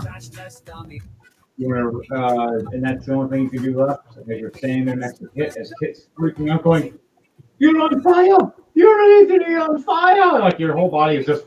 I look at Kit and I'm just like, you do know I'm always on fire, right? And he goes, Is that why we always have to pay extra every time we go to a hotel? Because you burn the bed? What else did you think it was? I swear they should make fire retardant things. Usually Yeah. you just use magic.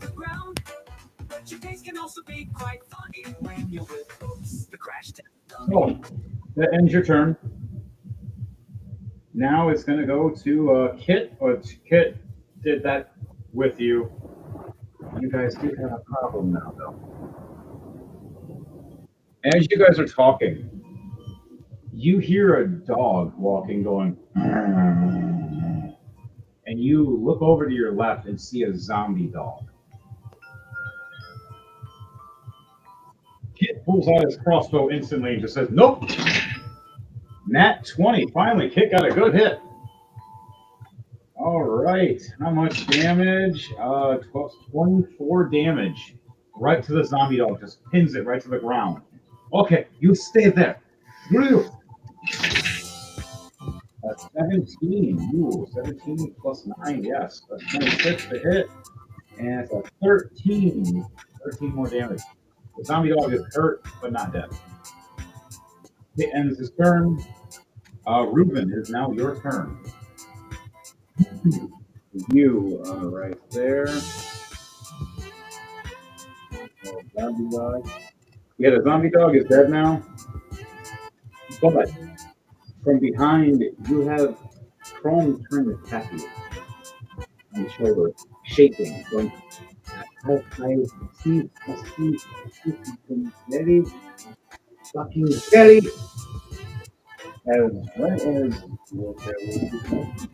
right as you look, turn, you perfectly see it then. The shadow first of a big structure of a man walks up past over here. And you see a elongated blade from his arm. And you see his huge body, and you see a bunch of teeth all around his body. Everything's smiling and opening up with mouths. I think he's like a mimic creature monster. But he's something else worse. And if you guys want to see it on the camera, you see that? Oh, you guys see it on the camera? Yeah, I see it. He is called the Laughing Hand. He's going to be a mimic type creature. They're both. Something that was granted something before. As it walks around. We do the hands thing. I've never seen a movie like this.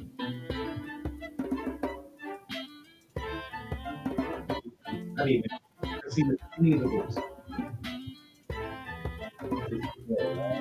It just started walking around the corner and was standing at about 4 feet tall. Being fully tall, about 16 feet. Slouching shoes as he walks. And every step is like the ground is kind of shaking around it. You see him slam his arm against the ground. Just scoop up a little bit of the rope.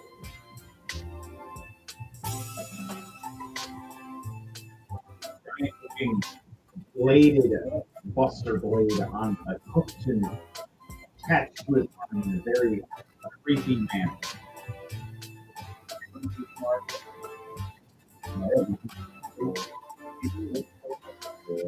All right, very much fun.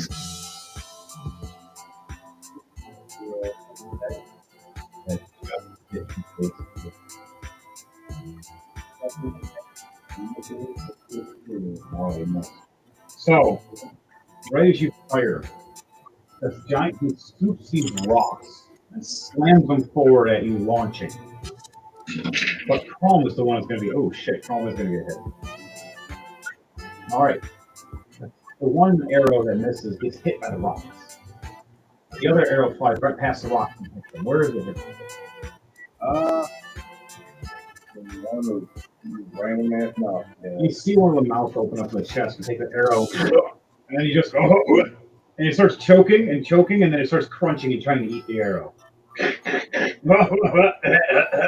He starts hitting us up. No choking. Yeah, no choking. No choking. No choking. And right as that happens, you hear Chrome go, "Oh fuck!" As a nat 20 is the monster rolls for slamming this with his legendary action. A chunk of the ground right at me. Is a attack roll, or do I got to do You gotta do a dodge, a dexterity save.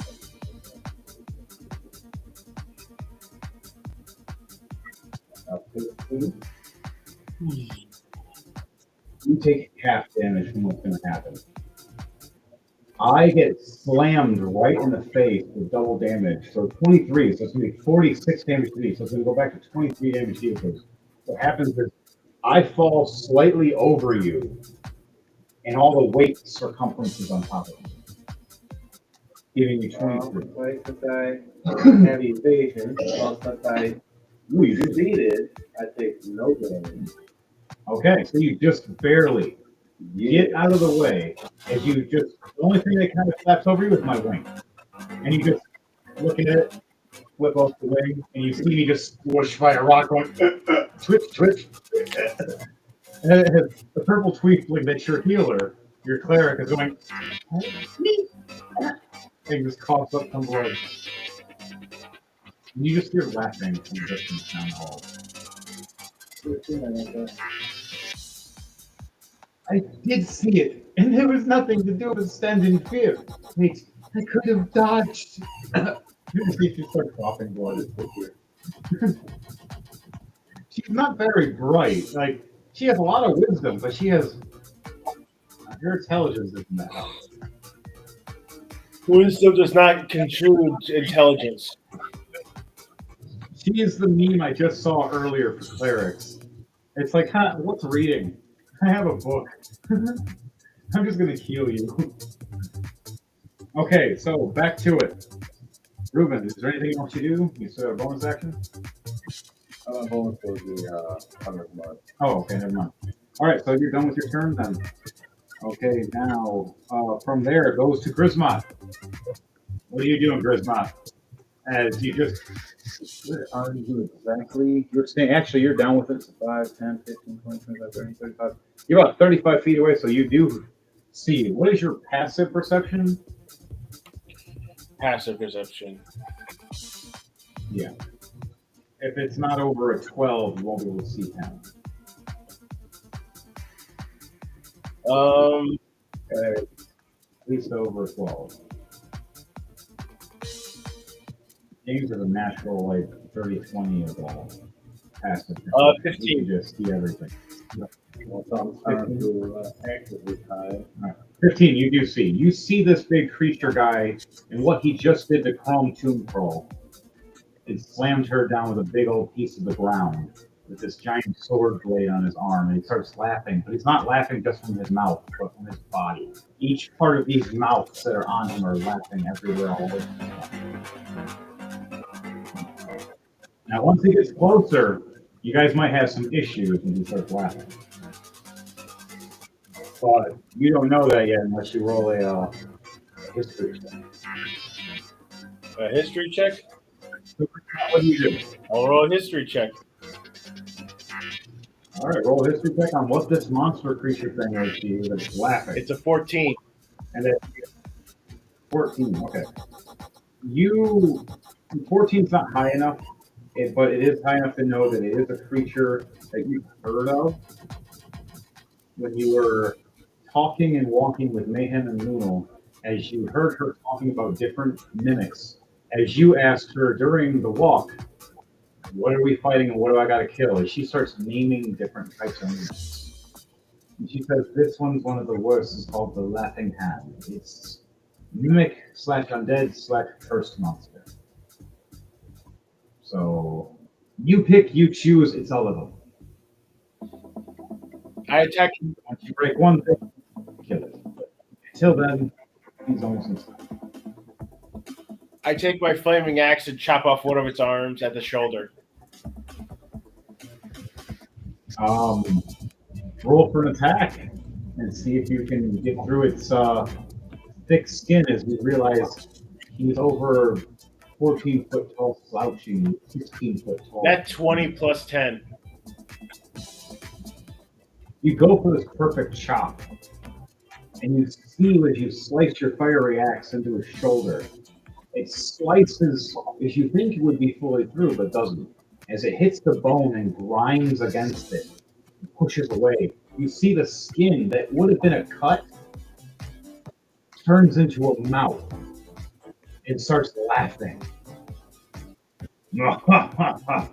As now you're within its vicinity of its AoE. You're standing right next to it within 5 foot range. I need you to do a wisdom save for me. Wismont? Yes. A straight wisdom save. I got a net 20 plus a negative 1, 19. You're so lucky on that nat 20. You pass as you're laughing in the back of your head. And then you hear, whoa, because it goes, ha ha ha, ha ha ha, whoa, whoa, whoa, and then just your roar goes back in your head, and you're going, whoa. He was trying to test you or control you in a sense, making it so you would just stand there in awe laughing. But you pass. What's the next thing you do, Grismont? As you walked over and you attacked once, you still attack one more time within your physicality, and then you still have a bonus action.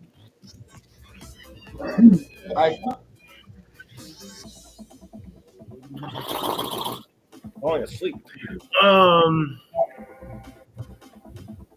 I do a perception check to see what's around me. Well, you have that passive perception 15, so you see everything around you. So what is near me? All right. I'll move your character properly. Sorry. No, you're good. You move. This guy's dead now. Yeah, up here. Yeah, F that guy. Move that wood. You run right to this guy and you slash him, realizing he is double your height. Chrome has just got knocked down as a big chunk of the road has been thrown at her. Mayhem's back up. Dog is dead. This guy's dead. Fenrir is over here now. We're both standing over here. And Luna's enchanting one of my hatches because it's still next to her. Yep, Luna is over there, and she'll be actually doing something about that right now. She gets her reaction. And she I goes, take my- hey, green guy, catch. And she tosses the axe at you. And you see it glow green for a split second, even while it's on fire. Do you raise your hand to catch it? Yes. Right as you do, you see it poof right back into your hand. Like a fiery poof. But it's a green, like, poof when it comes back into your hand for a second. I grin, and then I take both my hatchets and go right for the knees of the giant. And she tells you as you do that, she goes, I only intended one, asshole. Don't throw the other.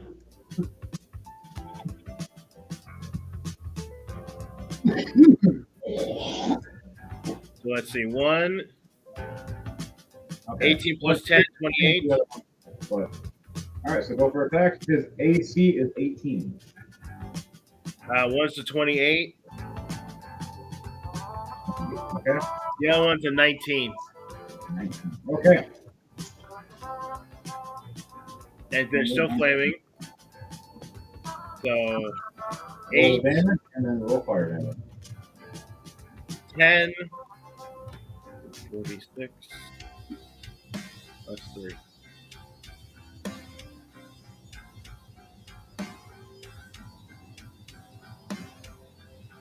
18.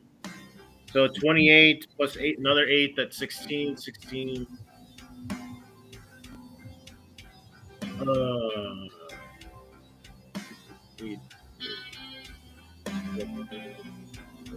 44. All right, you do all this slashing and damage. You see more mouths appearing and laughing. As they get burnt and they cut, and he just stands there. He does take the damage though, but he has high health, and you start seeing the wounds heal and just turn to mouths. As he goes. He's something you don't want exactly this toe to toe with the whole time unless you want. Your character technically can, unless you fail.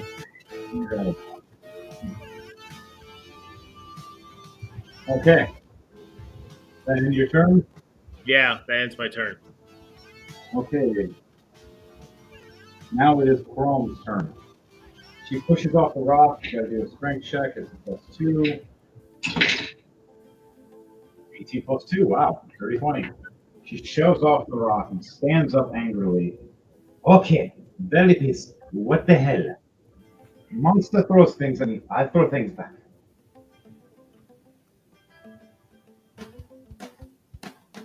You see Chrome start having her eyes glow. Let's see. Ooh, here's Henry, I'm going to get some more water. All right. And she casts silence on the laughing hand.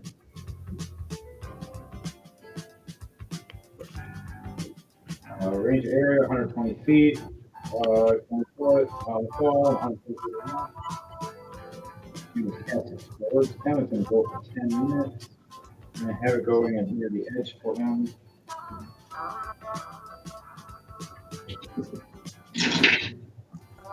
Okay, he failed. Okay. So that works. I cast silence at second level.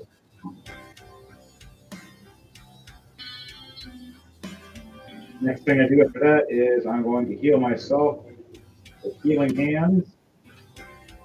And that'll end my turn.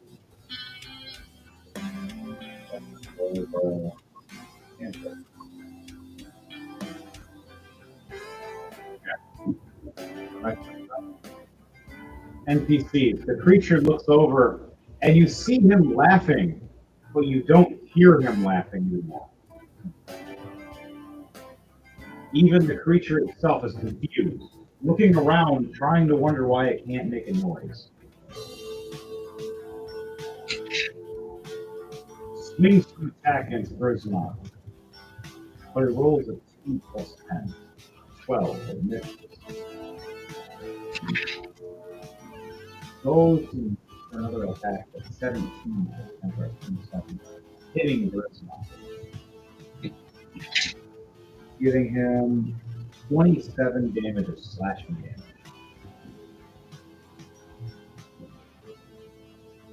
His next reaction, he's going to step back a little bit, actually, realizing he can't use his laughing effect. You see him kind of retreating behind the ropes. Only just a few steps. Crutch shot. There's not. You got hit by it for 27 damage, though. Okay. He slapped the shit out of you, and then he steps back. But he steps back that 5 feet, which makes it so you can attack him now because he is moving out of an attack range. It's an opportunity of attack, it's called. Okay, I could do that. And then NPC get that like that. Okay, so roll for attack. You get 1 attack.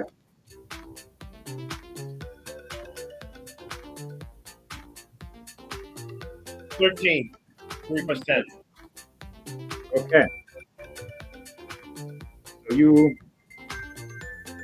hit 23. How much damage are you doing? 5 plus fire damage. 8. 8. 5 plus Okay. 8. That slash you did You notice something though. He's bleeding, and it didn't turn into a mouth because silence made it so he's laughing. And laughing is not making noise anymore, which is not healing him anymore. As he moves back a bit more. And that'll be the end of his turn will be right about here. And I heal This 26 door- damage. All right. The door opens up over here as a female zombie starts walking out and looks around. But she ends her turn right here, just outside of range. But you're at the doorway. Boy, howdy, you're at the doorway of the butcher shop. As the door opens up, Grisma, to your left-hand side of you, as you're standing there looking down this road, you've seen the monster, you slashed him, he's bleeding, and he walks around the corner. The door opens up right next to you on your right-hand side. You see a chef hat first. Body. You see it shape and change. And looking like a giant D20. Giant thing of teeth appear. And a huge tongue that's the size of your body comes out of its mouth. Next thing we need to chop up. As it reaches the giant tongue, That's what my axe is saying. you need to do a dexterity save for me. Do I have advantage? Yes, you can do this.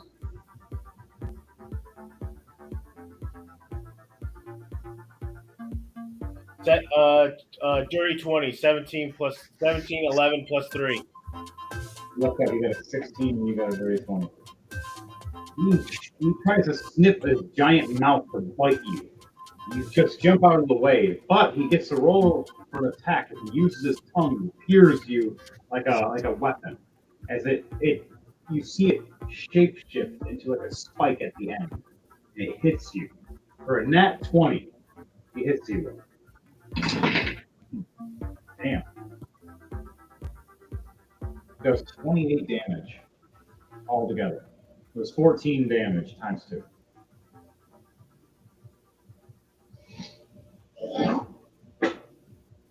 So, you hit the ground for a second and stand back up, and it goes, "Come on, I need more meat. Come in, my son."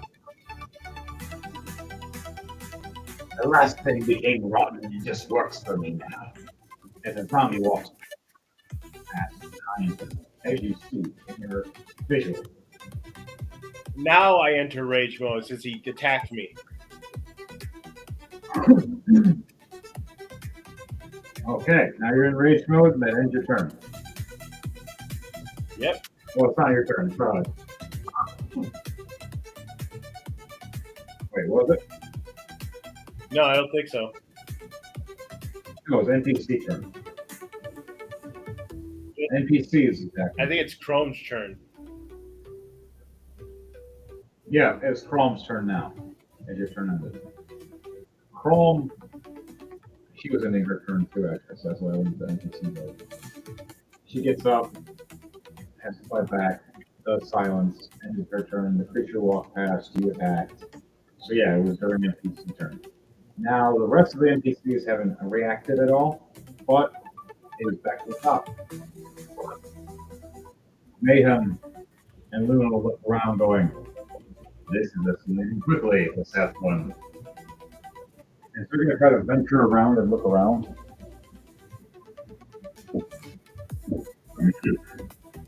As he's dead, he's dead. Chrome's back up. Move. Mayhem's talking to Ghost Person. Ghost Person flew away, but we're going to have it so they pop somewhere else. Mayhem's going to go check a room. Fenrir can check the room too. Luno can go check the room. I'm gonna knock on the door first. There's no answer. So let's try to open the door. Realize it's locked. I'm not really good at lock picking. As Luno goes, 13 plus 5, 18. Luno lock picks the door as it just slightly opens. And that'll end their turn. Okay, now it's Daniel's turn. Fenrir. It's your turn, Daniel. What do you do?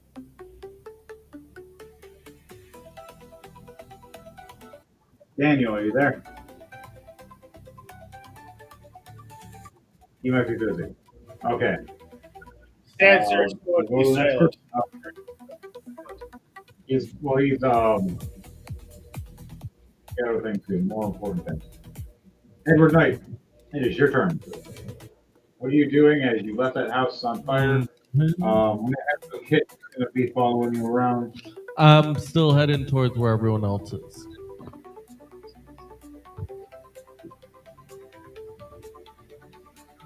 All right. As you guys are, you notice the zombie dog trying to attack you. What do you do? As he's blocking your way to try to lead towards everybody. Shot it with a crossbow, hit it with the ground. And that's as far as Make a dexterity save and a constitution save. A 12 for dex and a nat 1 for constitution. Oh! Okay. Look at the zombie dog follow us.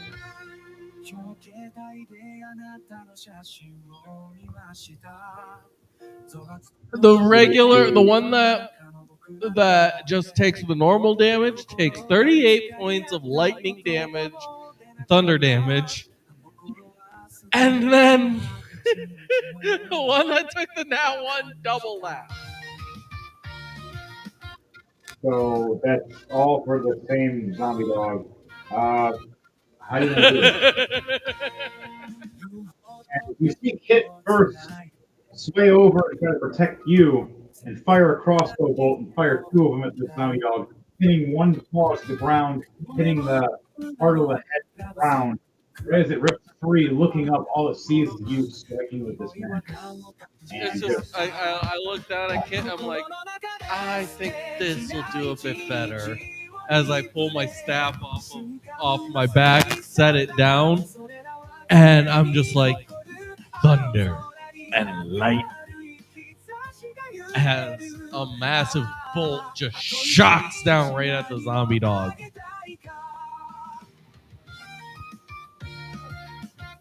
Pretty much frying it in an instant. While flattening it from the thunder.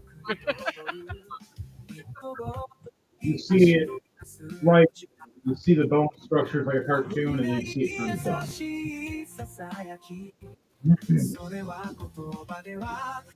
Right after that,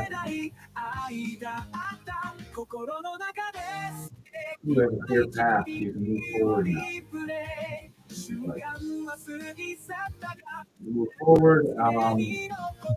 You will be crossing paths sooner or later, but you still got a couple of houses that are right by you within the area.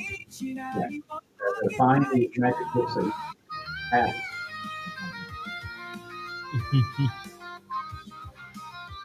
There's at least 2 on this map. So far, where Mayhem and Luno have gotten close to 1, but we'll be able to actually get to.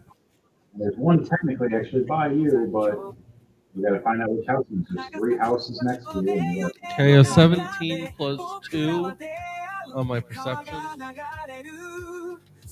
All right. You see these 3 houses, 2 that are kind of connected, and then you look over and see one across the street that's next to another one. Now, roll a Arcana check for me. With advantage. Roll a what? Arcana check. Con, you said?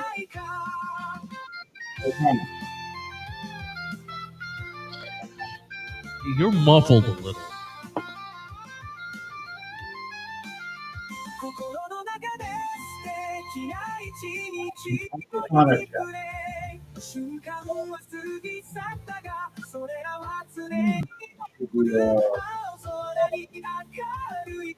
Arcane. Sorry, I said Arcana. Arcane. Okay. They have it Okay, as- so an Arcana. Yes, that's what I was saying, but That's what I couldn't understand. I thought you were trying to say a constitution. no. Arcana check. Okay. Arcana say where was it? My brain just went backwards. 15 My plus- brain is extremely fuzzy because I'm tired. I didn't get a chance. You said I had advantage, right? Easier. Copy. You got a what now? I asked if you said I had advantage or not. Yes, you did. You do have advantage on Arcana. You have studied the arts for many years, being a unique shadow assassin. Okay. And working with Chrome Tomb Crawl secretly on the side, he's been teaching you some dark arts. Okay, so a 15 plus 2, 17. You close your eyes, remembering the training that Chrome was teaching you a couple weeks back. Meditating with it. To vibrate and find the different types of mimics that are threats. And those that are for magical means. She was trying to guide you to help with her to seek the type. You see you across the street vibrating with a danger. Some kind of Latin in the bag. You vibrate again. You see cauldron vibrated as a minute. You look into the other room. You see a book shape glowing a different color than the other one. You have your eyes closed, meditating, feeling the vibrations of them. You know it's right on your right hand side right now. It's the building close to you. You have to take back and backtrack a little bit to the entrance. Or you can try to enter the window that is on your right hand side. Risking I am going being to have my exposed. unseen servant go grab it. This thing actually has their character out. Unseen servant is right here. I'll show you on the camera because it's actually kind of hard to see. He is unseen. He is see-through. Everybody see him? Yeah. Yep. Well, no, technically we can't see him since he's Yeah. translucent. Yeah, you are here. You guys fuck dog. You are standing here now. Dog's dead. Oh, how ironic that one's going after Edward. No, it's not going after me. I literally just summoned it. Oh, okay. Yeah. All right, so he used it. He summons this creature. And you see this. Well, you don't see it, but in sense, there's a translucent, like outline of a character, like kind of like Slenderman, but invisible, with elongated clawed fingers, standing there above the shadows. Like there's nothing there until you actually look at this. And I'm gonna have it go grab the book. Now, does it walk through walls, or are you going to try to have it go through the window or the door? One second to check. I need to know this for the unseen servant. Does it go through walls?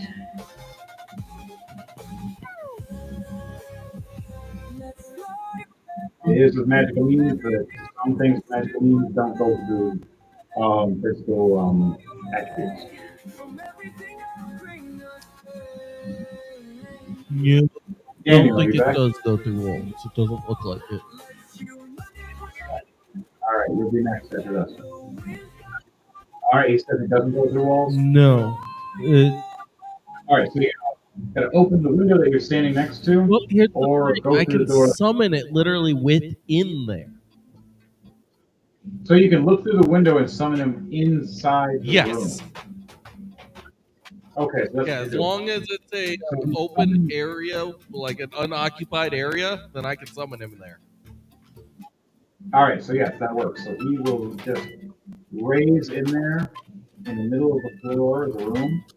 As you notice, there's a zombie, like a ghoul-looking creature, walking around, guarding the door, waiting for someone to come through the door. Like his back is turned to your unseen servant, but he's waiting at the front door for someone to open up. So it was wise to use the unseen servant then. Very smart and very wise. I like what you did there. As you're in there, you do see a couple crates and boxes. You see a dead body laying there that looks as if it's half eaten. Then you see the corner. Is your unseen servant able to grab things? Yes. Okay. I'm wondering. I'm wondering. Is there anything that I can knock over in a sense that can get the attention of that guard away from the door and away from that and make it where he's not even going to look at that area? Well, he's looking straight at the door right now, focusing on the door, like a task. You are staying where the window is and actually right looking down where the book is. And all you have to do is open it if you need to and see if you can have the hand it to you. Okay, I'm going to do that. But you have to off the window first, so you have to do a sleight of hand check. Okay. And either you're the one that has to unpick the lock, and you have to have your unseen servant be the one that grabs the book. You have a double task. Each one has to do something, and you have to do this both stealthily. So not only do you have to pick the lock, you also have to do a stealth check for you and the unseen servant. Mhm. You have an advantage in both right now. Okay, for me, nat 20 plus 6 for the sleight of hand.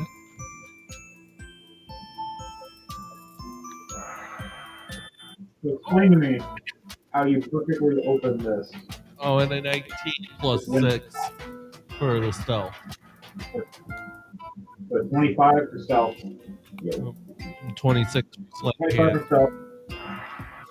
And 26 for sleight of hand. So explain to me how you perfectly unlock this window quietly and open it. Like, how does it look to you when you do it? You do it, or you have your shadow hand do it? So I take out my smaller dagger as I just find the spot where the window splits to be able to open up, and I just slowly stick the tip of the dagger down into there while also using my acid to, in a way, melt it open.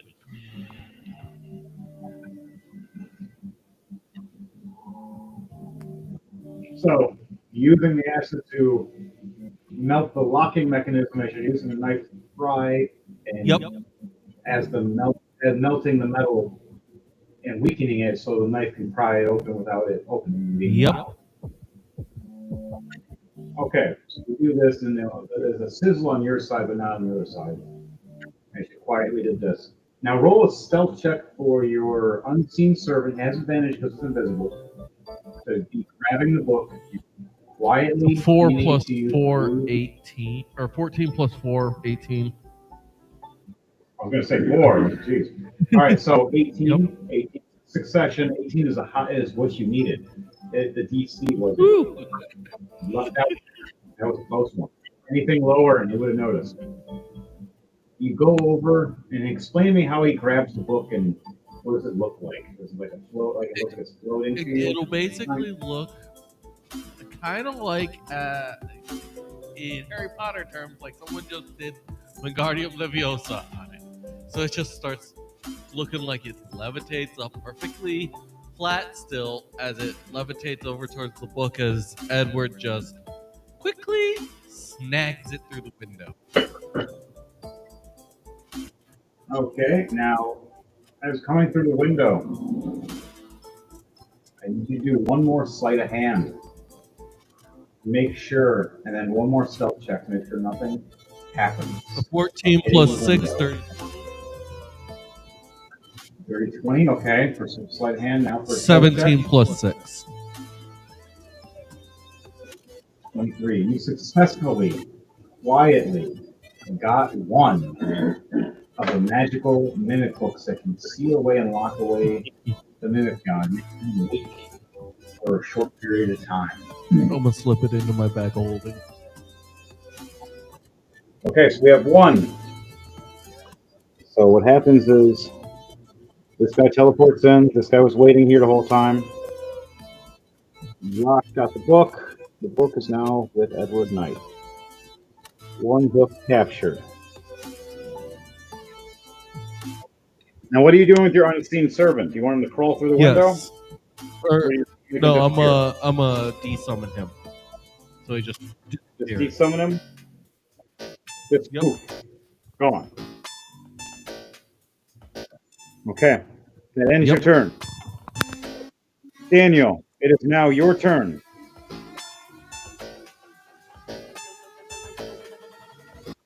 Daniel, Fenrir, Yeah. it is your turn now. Alright. So, you are standing here and you're standing pretty much at a fork in the road. You got to your left and to your right. To the left was that creepy laughing monster walking away. He's about 25 feet away, but he's walking away in silence. You look down the hallway to the other way, though, there's nothing.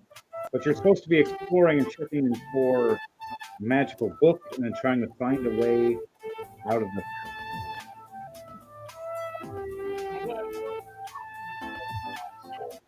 All right. When you're going, you're right here.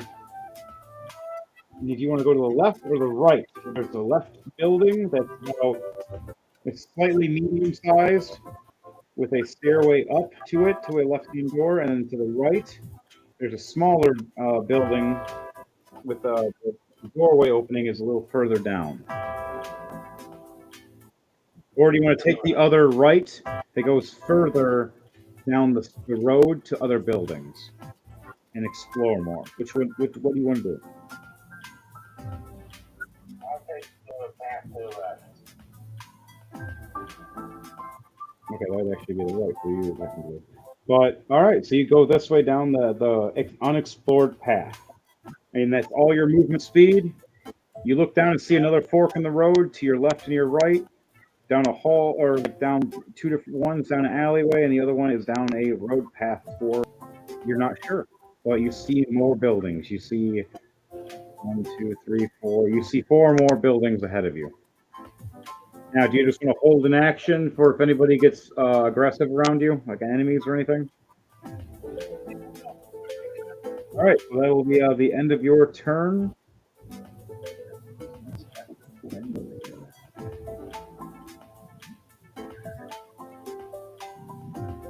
Okay, it's Kit, and then it is Ruben. Kit cheers you on and looks around and goes, "Okay, so what do we need to do? I'm kind of worried, but I got your back." As he's just gonna hold his action for if anything tries to move around or shoot, and he's just gonna start following you Thunderbolts. All right, Ruben, it is now your turn. What are you gonna be doing? So after talking, move away. Mm-hmm. I will move into a position where I can see him still, and I will shoot with choice. All right, as you're running past, you run past Grismont. There is a zombie girl that is standing here that's trying to walk towards Grismont. Now, if you want to walk past and fire at him, I'm going to have to do a stealth check. I'm going to try to sneakily get past her. she is distracted focusing on him. She's going after him. I'm under a 50 range, so I will get to a distance where I'm not This is a building right here that's blocking your path from shooting. Yeah, okay, I'll do it. You can run past her if you want, or you can just shoot her instead. He's going it towards him. He's focusing on Grismont right now. But she doesn't see you because you're so small. I'm gonna draw up to and slash him. Next, he's going to run at her and hit her. All right. Roll 2 physical attacks. You both hit. He is.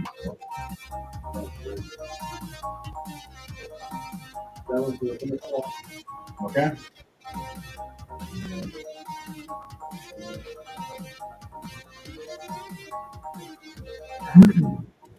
What'd you get? It's 26 second. So you run right past her. She's trying to walk to Grismont, attack Grismont.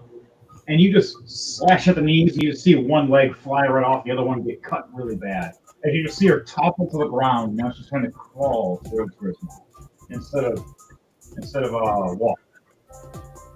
You still have a bonus action. Yeah. Which is either physical attack, or if you have a cantrip or anything else, or a grenade. You're just going to throw a grenade at it. Put a grenade in your mouth. Throw a lawn dart.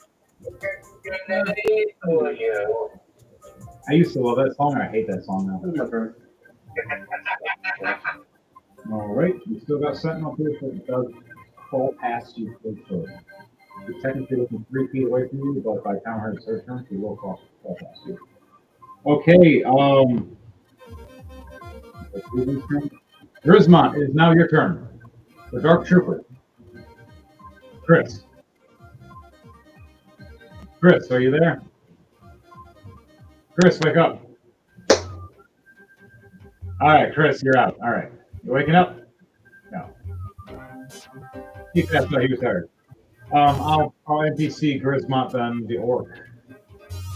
That's whoa! He rolled that 20. Nice. Good job, Grismont. He swings down with his hammer right at the zombie crawling towards that Ruben just wrecked. Giving it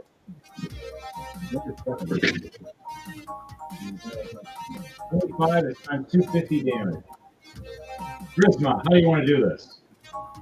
Chris. I'll do it first. He slams down the hammer right on the zombie girl's head and just explodes it.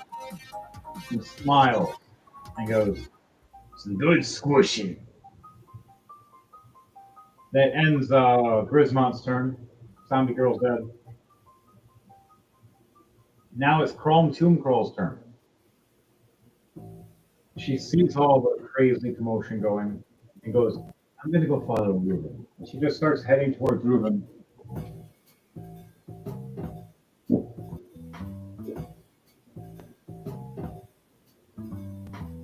Dead zombie girl gone.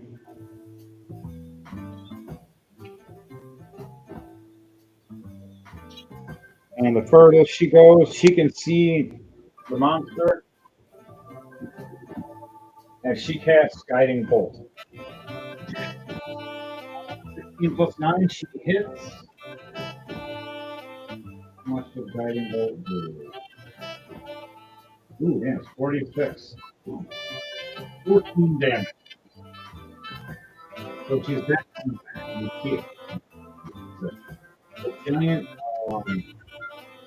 mimic dice. Here's mine.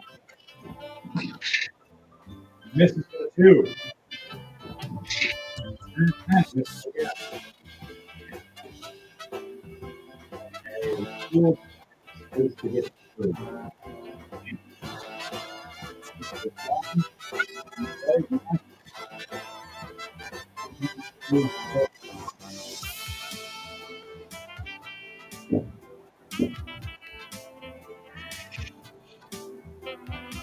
So film move forward. Move back. He gets to here. He moves forward. Okay, so Grismont is going to place that. I'll knock the second one down. Place. And then here. Creature opens up the door and looks around. Other monster pops out.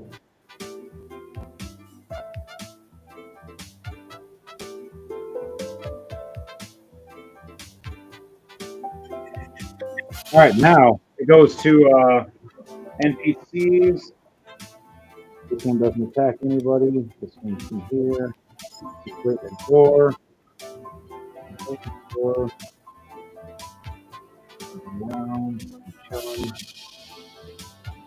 He comes around and he sees Fenrir. All right, Daniel. You're gonna get shot at. I'm sorry. It's a bow and arrow being fired at you. Never mind, he misses. He fires with 6. Fires again. He misses again. He sucks. Here you are, Chris. 3 minutes. Fine. All right, Grismont. We'll do it. You got to attack for the giant creature monster again. Anything you want to say or do as that happens? Bring it! Because he completely misses when he tried to attack you both times. All right. Hear that, guys? No. Mayhem and Luna finally open that door. They look inside. Mayhem goes, "Hey, Luna, they found the book. All right, I'm going to go in." And all you hear is, and Mayhem going, "No, no, no, no, no, no, no." And a zombie runs right at Mayhem, rushing him to attack him. The zombie completely misses the 3 and trips and falls. Mayhem gets to attack. 12 plus 7, so 19. He hits.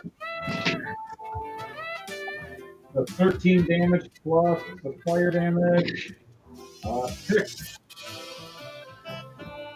Severely damages it. And Luna goes in trying to grab the book as Mayhem distracts the monster. So I gotta roll dexterity. She fails for 3. No, it's a fail. But her stealth is an 11 plus 5, so 16. She just barely gets, not noticed. So Mayhem comes in, starts fighting the zombie. Luna comes in and grabs the book. That ends their turn. All right. Back to the top. All right, Daniel, it's your turn. What are you going to do now? You're down this fork in the road. This guy shot a bow and arrow at you twice. What are you going to do? As he's like an undead soul or an undead guard. Kind of like a vampire guard. About 25, 30 feet.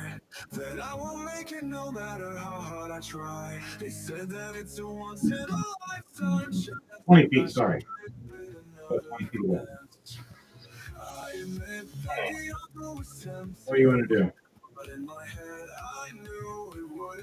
Mind you, you can still transform into a werewolf as well.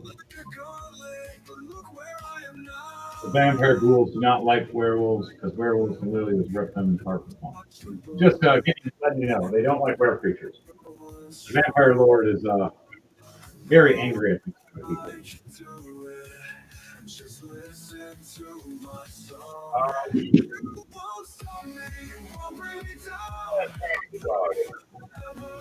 All right, you gonna run up and attack? Yep. All right, you gonna rage first, or are you just gonna start attacking? Yeah, I'm gonna rage. All right, so you rage, and then you run up and attack. So you use bonus action rage. Use your movement to attack. Now you're within vicinity of attacking. You're attacking with both lightning axes? Yeah. All right, roll 2 attacks for me. I never thought that I would be so lucky. 18 for one hit. Second hit is 26. Okay. Stay safe and follow my own way. Oh, they both Vehicle for one is 9. And another damage is 4. four. Okay. So, Yeah, with big lightning, I gotta do a D8, right? yeah, 2d8s. 1d8 correct.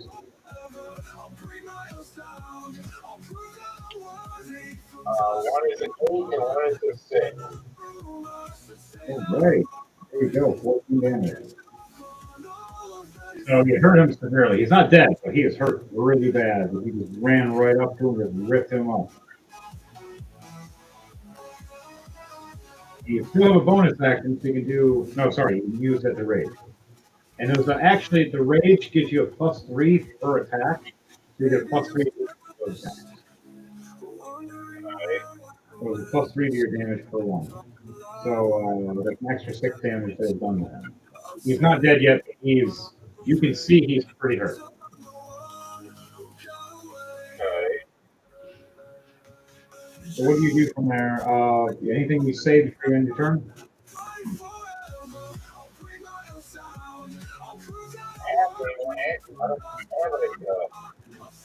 No, you don't have anything else. No, you're standing at the guy, you attacked him, and you're done. And you rage. Which when you rage, you take half damage when they attack you. Okay, so all right, Edward Knight, it is your turn. What are you and Kit doing?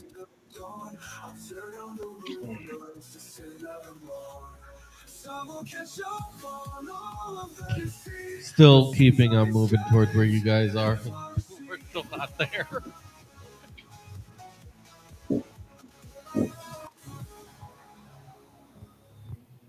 But I'm also going to be keeping a lookout if I see any other bugs. All right, you have 2 buildings. If you want to explore those buildings and check them out, if not, they you can just keep moving to your left. If that's what you I'm want going to to do. take a quick peek in the 2 buildings. All right, which one do you want to take a peek into? The left one or the right one? Left. Technically got 3 now. The left. All right, so you come around and do you want to open the door or do you want to knock or do you want to try to just see if it's locked at all? Are there any windows? There's one at the front. If you want to try to peek in. Yeah.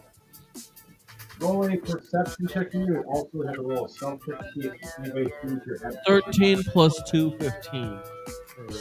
The perception. Okay, now roll a stealth check to see if anybody's going to see you popping your head. 15 plus 6, 21. All right, so no one sees you, but all you see in there is mostly darkness. Barely, you don't see much. You kind of see a shelf, like a bookshelf, and you see like a coat in the bed. That's about it.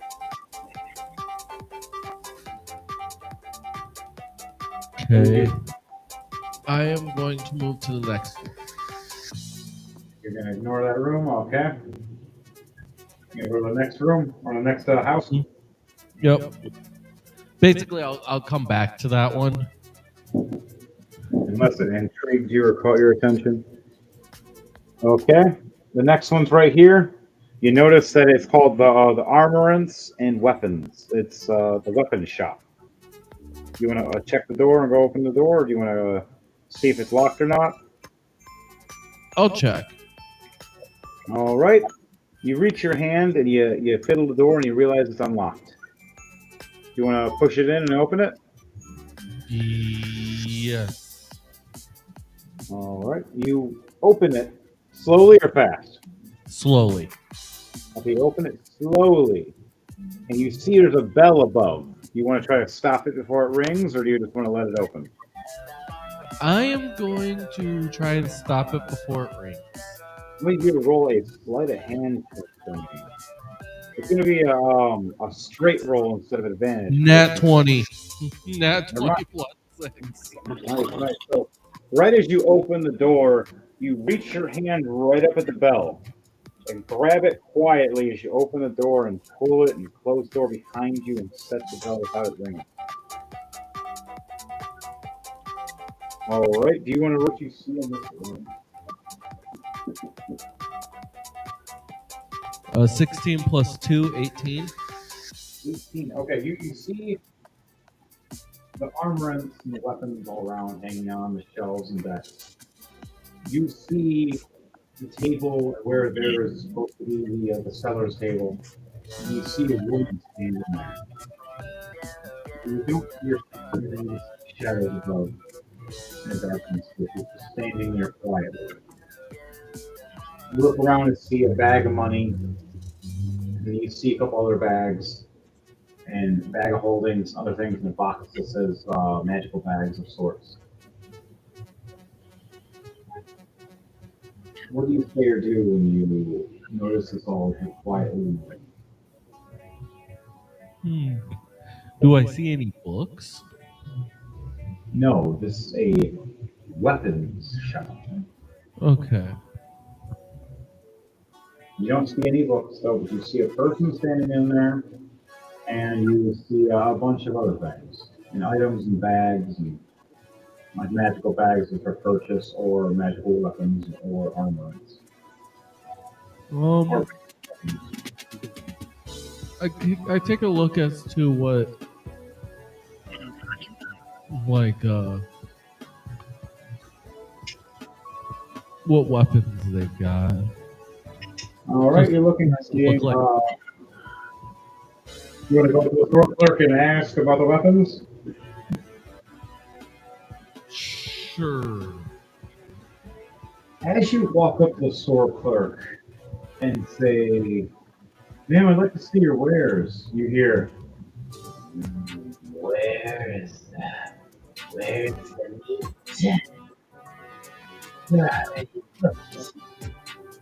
There for me." And she tries to jump over the store.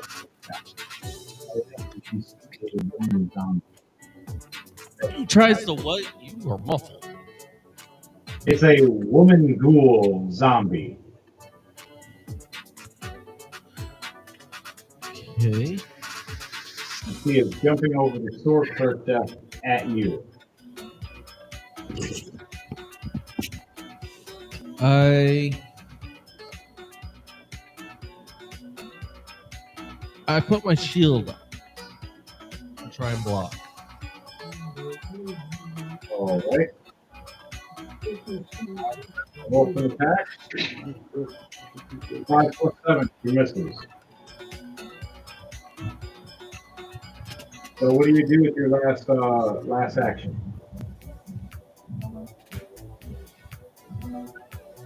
My last action, I am going to make a dex save. You're gonna what? Make a dex save.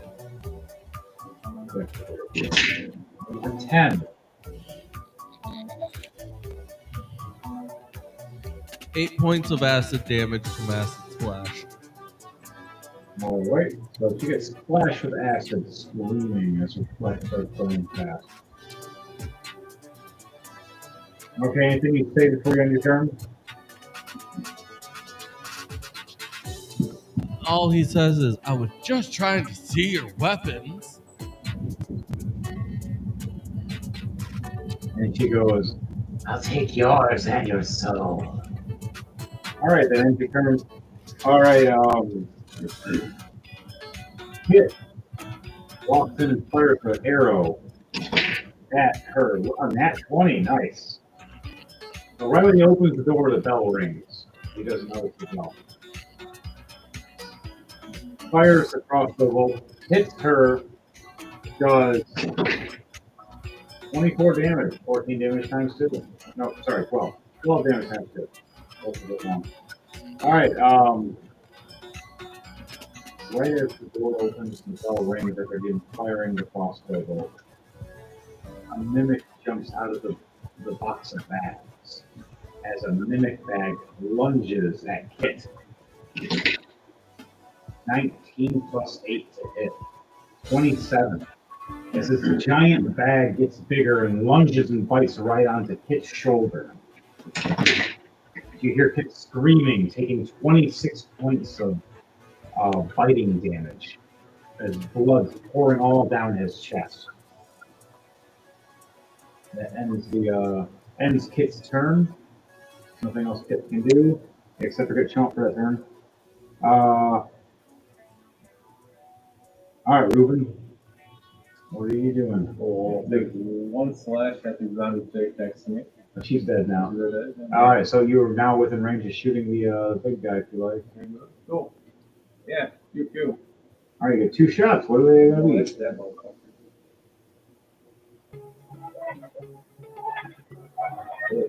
11 for the first one. 11's a miss. You still do it plus. Remember, so you still get that plus. Plus 4.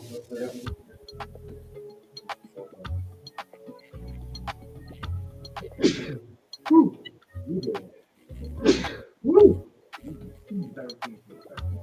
17.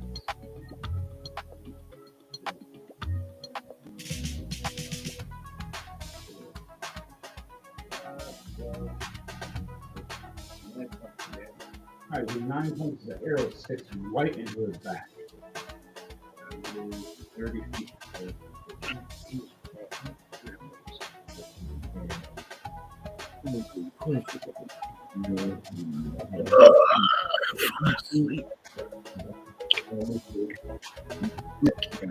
Range. Our range is 150. Oh, 150? That's all it is. Range. Holy crap ball. This is tennis, so I want to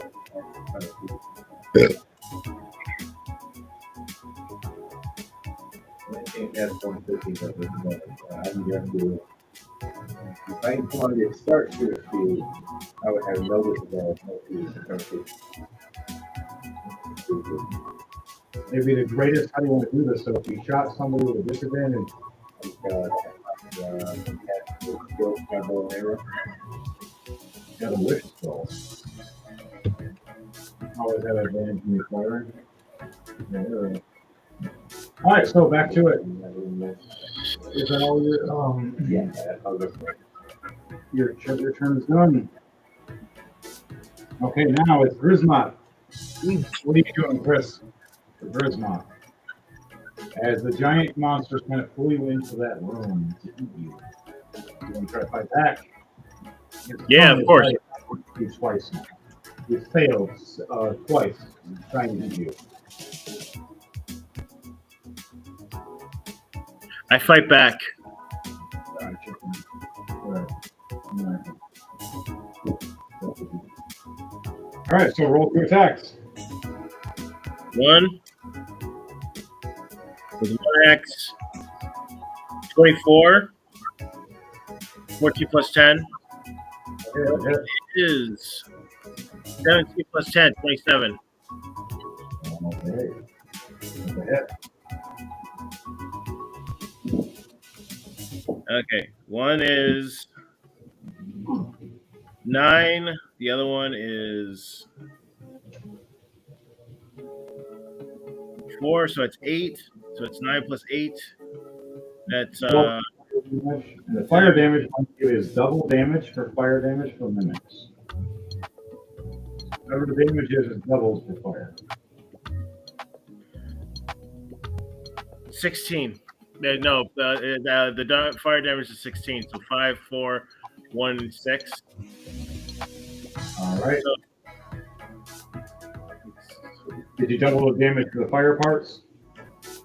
oh, double it. So that's 16. 16. Hang on.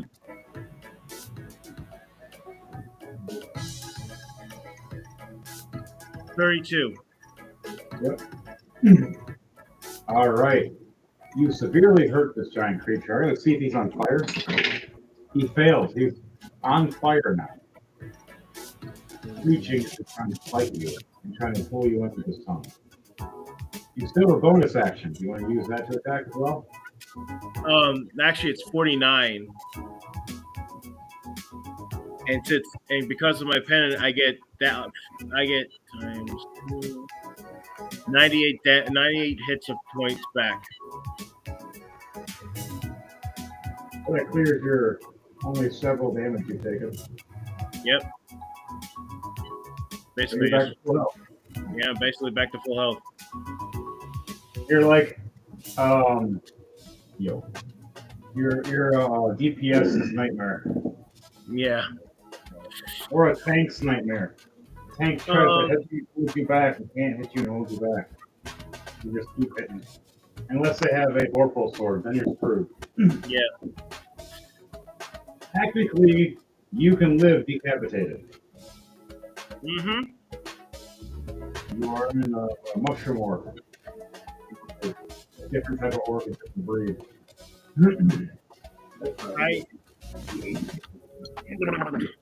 I attack again.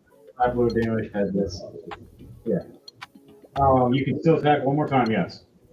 You want to use your hammer? Yeah, let's use my hammer. Axes. Your hammer, while you go fire. I ignite it with fire. So the big fiery hammer Okay. right now.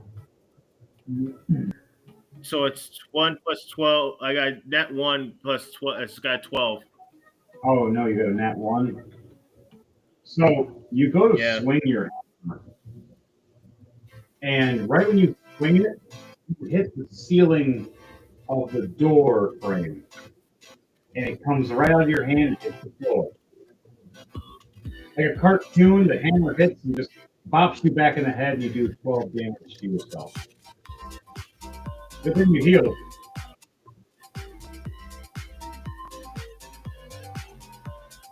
Fine. Everybody gets nat ones. Mine are comedic as hell. Yeah. Speaking of, Oh, what do you say? I say ow, and I start grumbling and cursing in Orcish.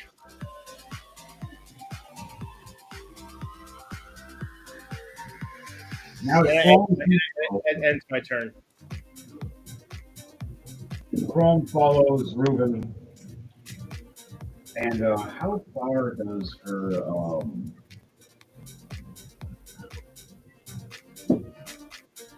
Marvin's a guiding bolt? 120 feet, perfect.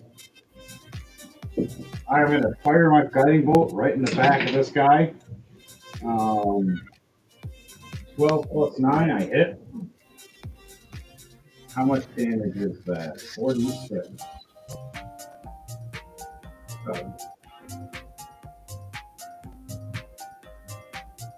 16 damage right to his back. Now he's like, his whole back is charred right now with a couple arrows in it and a couple crossbow bolts. He's not dead. He's not even halfway, but he's starting to know that he can take some damage right now because he's silenced. The problem is like, I will keep you silent, you son of a bitch. All right, her turn is done. And the last thing she did was giving hands to herself again, to heal herself again.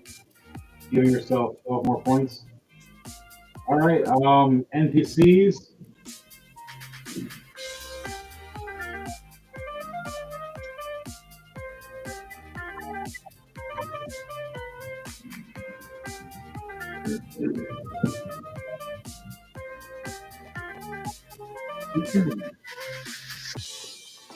NPCs.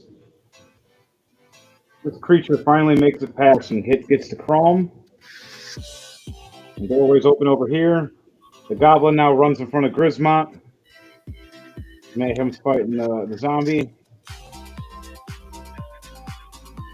He's fighting him. Okay. The zombie girl's fighting you, but you killed her. No, you didn't kill her yet.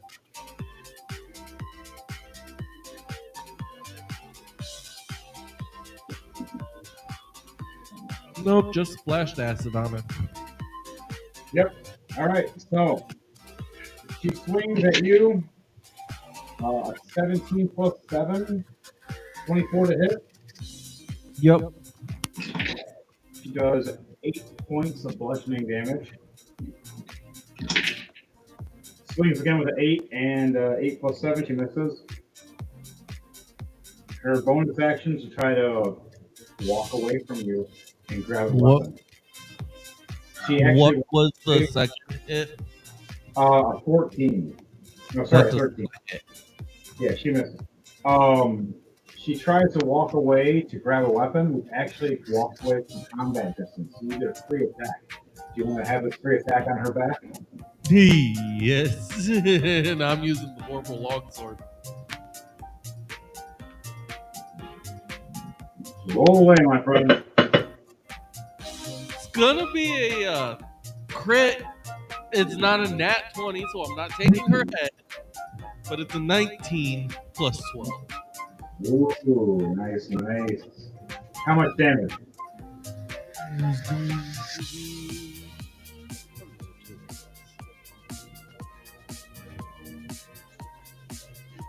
"17 slashing damage."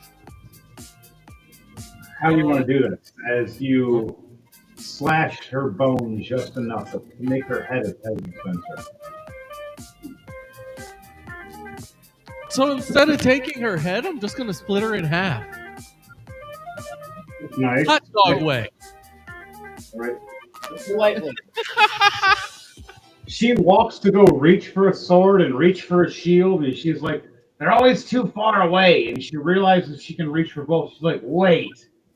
And then her eyes crisscross, and there's like a foot missing of her, and she's in the middle going, uh-oh, and both halves just fall down. Right in front of you. The mimic is chomping on, not anymore. The mimic was chomping on Kit, but just rolled in that one and fell off. And Kit gets to do an attack of opportunity. 19 to hit. Hits. With a scimitar, doing 5 damage. And that's it for him.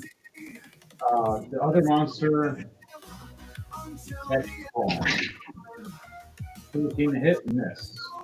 Second attack, 13 to hit, miss. Bonus action, 4 to hit, miss. Chrome is like, but once, no one's hitting me. All right, back to the top. Mayhem is going to hit that zombie. Misses the first one. Hits the second one, 11 plus 12. And completely misses his bonus action attack on that one. But, yeah, okay, he's not dead. The zombie gets a free attack on him. And this is Lulu grabs the book and puts it in her bag and walks out the door and says, you take care of him, Mayhem. All right, Fenrir, it's your turn, Daniel. Chris, you'll be coming up after Edward Knight. Okay. All right, Daniel, what are you doing? This will be the last turn before we end it for now. We're going to do a to be continued next week. Daniel, you there? Daniel. Daniel. I think Daniel. Daniel's back. Daniel. All right. I'll have Daniel attack. Miss the first attack, miss the second attack, bonus action, miss the third attack. Holy crap. Sorry, Daniel, you missed all your attacks. Okay. DJ Thunderbase, your turn. You have a mimic who's attacked Kit. It's in that room with you guys right now. What are you going to do? I needed to make a dex save.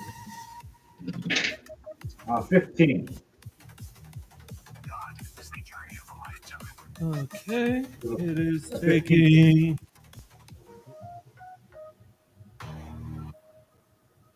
9 points of fire damage from a flaming sphere. Ooh, nice. Okay. And it's double damage, so it's 18 points. All right. Anything else you're doing with him? 15 plus 8, does that hit? Yes, it does. That is going to be 23 does hit. 17 points of fire damage from Firebolt. Firebolt. Nice. It's hurt, but it's not dead.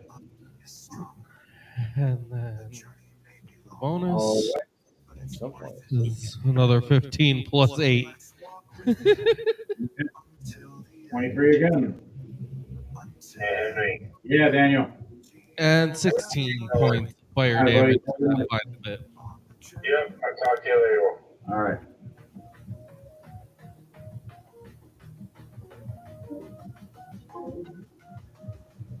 How much damage was that? 16 points of fire damage from another firebolt. Ooh, nice. He's close. 16 is doubled. So it's Yeah, I think 32 all damage. 3 attacks had double damage because it was all fire damage. All right. So that's how you want to do this.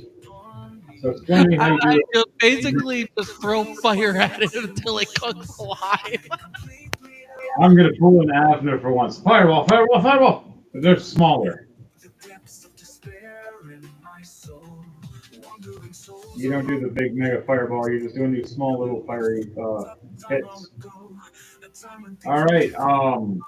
And Kit looks at you and thanks you and follows you to the end of the turn. Is there anything else you do at the end of your turn? That's all I do. Okay.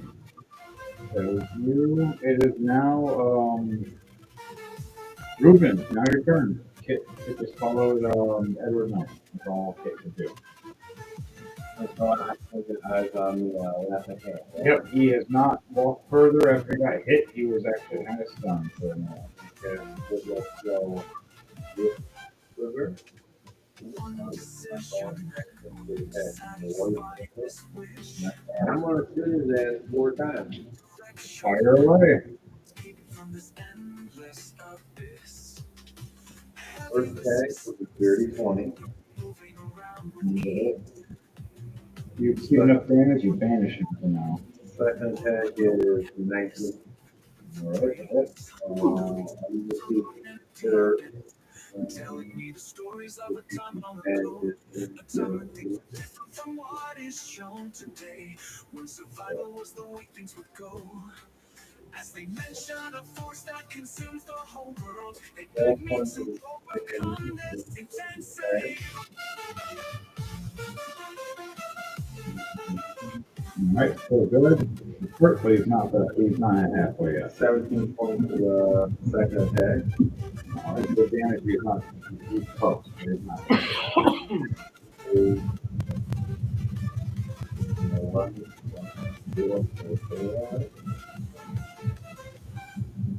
15 to hit. As where he is right now, he's standing still, you do hit. So as it will let the DC within drop to 15 as he goes. 15 points to hit.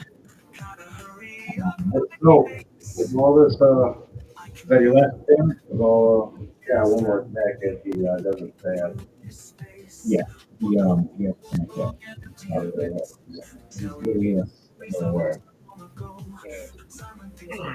What is shown today, when survival was the way things would go. Another 15 to hit. He just hit. Force that consumes the whole world. They beg me to overcome this intensity. 19 points of damage. Alright, so he's vamping, but how do you want to do this for the vamp?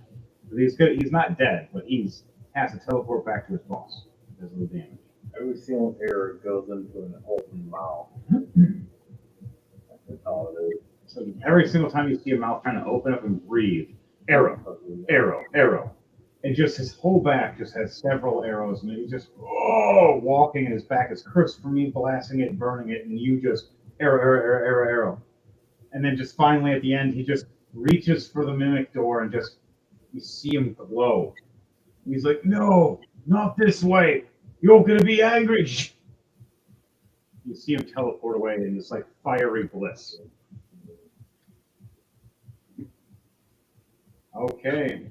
You heard a screech. Mayhem finishes off that zombie. All right, last on the list is Grisma.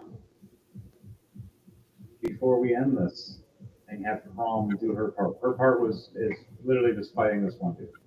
But all right, Grisma, what are you doing as this big creature is trying to fight you? Because you have two monsters in the room with you right now. Big giant mimic monster and a ghoul. Let's say a vampire ghoul.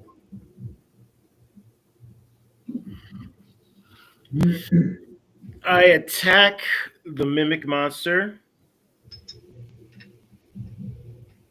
How close is the mimic? Which is the closest one to death? The mimic monster. You messed him up pretty bad. Then I'm going to take on the mimic monster. All right, roll those two attacks with flaming axes. You do double damage every time you do that. Dirty 20, 10, and 10. All right. That hits. And 17.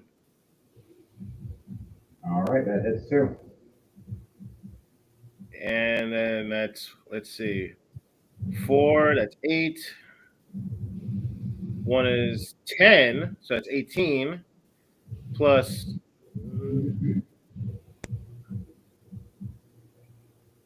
16, so that's 8.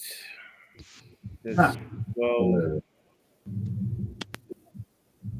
16. Hello, Tom. You literally made it at the very end. Hilarious. All right, so Dark Trooper, how much damage was that altogether? 16 plus 18, 34. All right, you exceeded over it. You only had 30 left. How do you want to do this? The big giant mimic creature with the hat. I do an X slash across the chest. All right, right when you do this, right when it opens its mouth trying to chomp you, you cut the mouth right off in half. And it goes one flap this way and one flap over on the ground as it just ignites in flames from your axe. What do you say after that? That's what you get, you stupid git.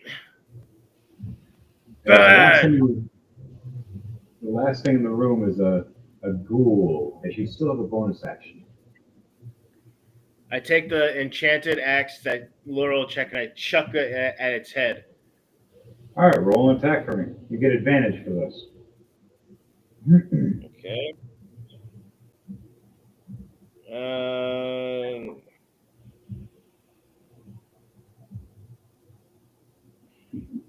Oh wait, I get advantage. Let's do that again. Advantage. 23. 13, 7 plus 10 is 23.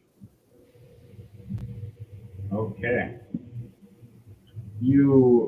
How much damage are you doing?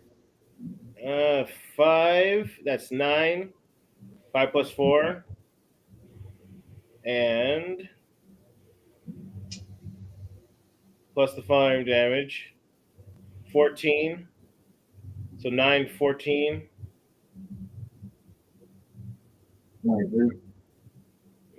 14 plus 9. 23 damage.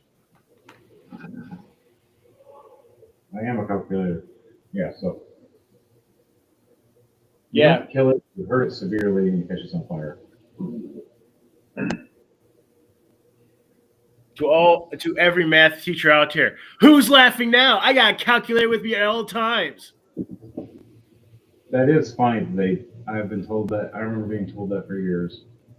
And then now we get literally carry calculators on us at all times. I carry calculators I made at all times anyways when I was a kid. I love calculators. I use them for so many different things. I had a watch one. That was my favorite. So I love graphing calculators. I have so many different versions. I just don't even need them anymore, though, unless it's like some really hard math. On that note, Kit, we'll let you do a turn. Hey, Dom, you want to introduce yourself? Hello, everybody. I am Dom, aka Sage the Intelligent. Today I am observing and kind of a little late, so I am under dominant visions for for spectation, and here we go. All right, Don, I'll let you know Kit is okay, but Kit did get severely hurt by a mimic bag that jumped out and got big and chomped on your shoulder. I can only do so much. Monte was already fighting somebody else at the time and turned around and you're being chomped on. He's like, oh crap.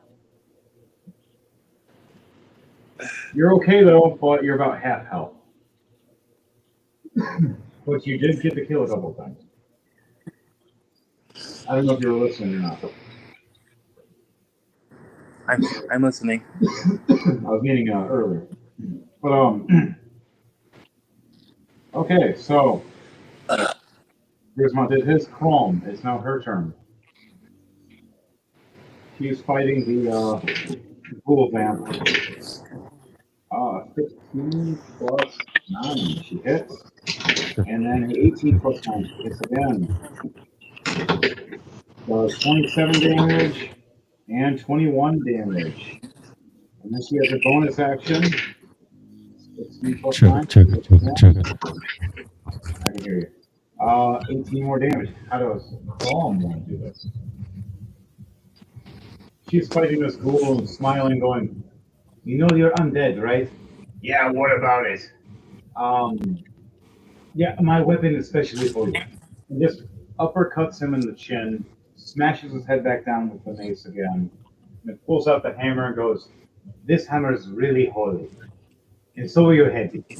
Pushes his head. That one's for Grismont. I think you would like the squishing part. So that ends her turn.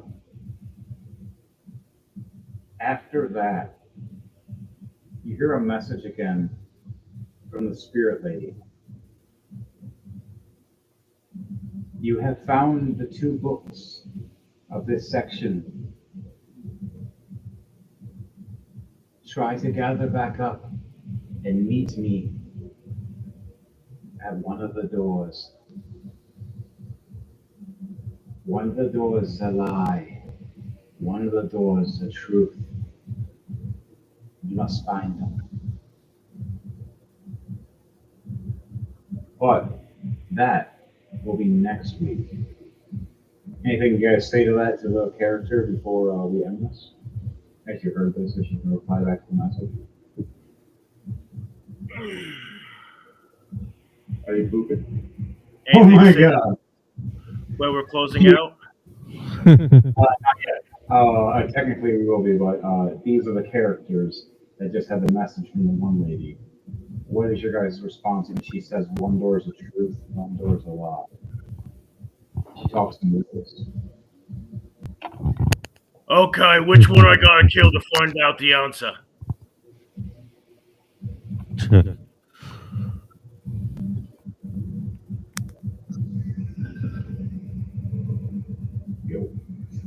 She chuckles. I like this one.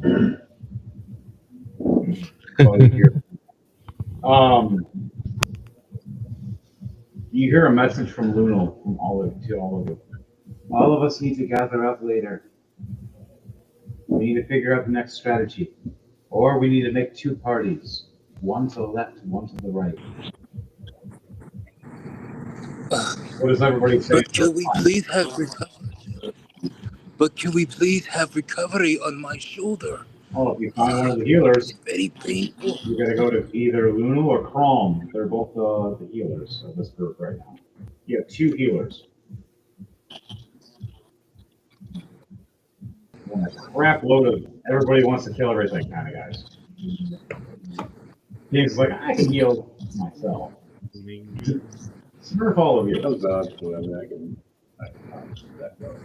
I definitely need to buy a halfling character and just paint him like a Smurf. I'm gonna buy a gnome, characters, and paint him as a Smurf with a couple of ones. Like Papa Smurf and a few others. Okay, so back to it. You guys, do you guys all want to meet up, or this is gonna be a 2 can be continued anyways? We're gonna I leave it say we there. meet up. All right, you guys want to do your characters meeting up in an area first and ending it there? Safely Yeah. take a small rest or a long Okay. rest? Question then? Right, it's the one that's not hand in hand and moving to next to the left and the right door. Depending on the angle. Can I roll 2d20 to see if I can do something? Well, that's what it's left, but for Sure, you, it'd be sure. right. What do you say, Devontae? I was asking if I can roll 2d20 to see if I can do something. Yes, you can. So, the last thing mine is gonna tell you. Rolled a 16 and a 6. He comes up here, but he actually comes back to here. And what I wanted to do was I wanted to see if I could take a hold of, grab onto Kit and transport both of us through the shadows to meet up with you. What was that again? I said the thing I wanted to do, I rolled a 16 and a 6. What I wanted to do was I wanted to grab onto Kit and go through the shadows to meet up with everyone. Okay. So, are you trying to make it so it's like you're trying to gather the party all in one spot? Yes. Okay. Ay, ay, ay, ay. Take it easy on the shoulder. Your grip is hurting me. Yep, so you know he's still alive. You teleport there. We end up right here, which is by you guys anyways. We got 2 of the books. Grismont gets teleported by us. Chrome took out this dude. Chrome headed over here. Reuben by Chrome. You just now know that he's somewhere, but you don't know where. You just know he's within the vicinity. None of the... Okay, so we're all within each other of this town area. The only thing we can do is either all stand here, talk, and take a short rest, or build up a small camp and have it so you have 2 people guarding at a time that you choose.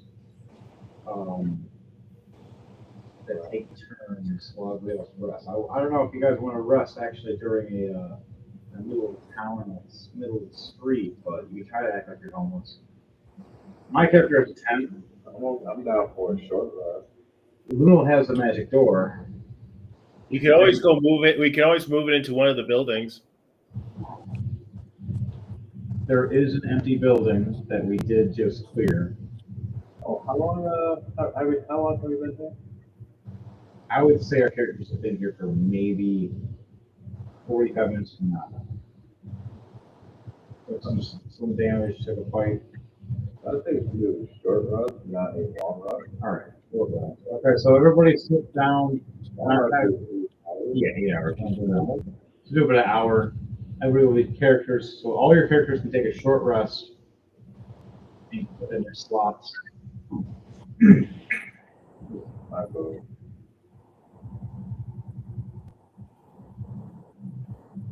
While you take your short rest, what do your characters talk about in that short rest? Any plans or anything? I boast about all the monsters I kill. So Kit there's is on the nothing. ground. Kit's on the ground, flat on the ground, staring above, just in silence. But his thoughts speak. When will all of this chaos end? And this pain is too unbearable to feel. As you have Calm healing you back to 48 healing points. So you're more than halfway back. I'll cast James is going to heal your yeah, I'll character too. cast Second Level Cure Wounds on you also. For 10 more points. And you gain 10 more healing points as well from him. So you're back up to full health, Kit. Thanks, Crom. I'm kind of concerned though about what's gonna happen next.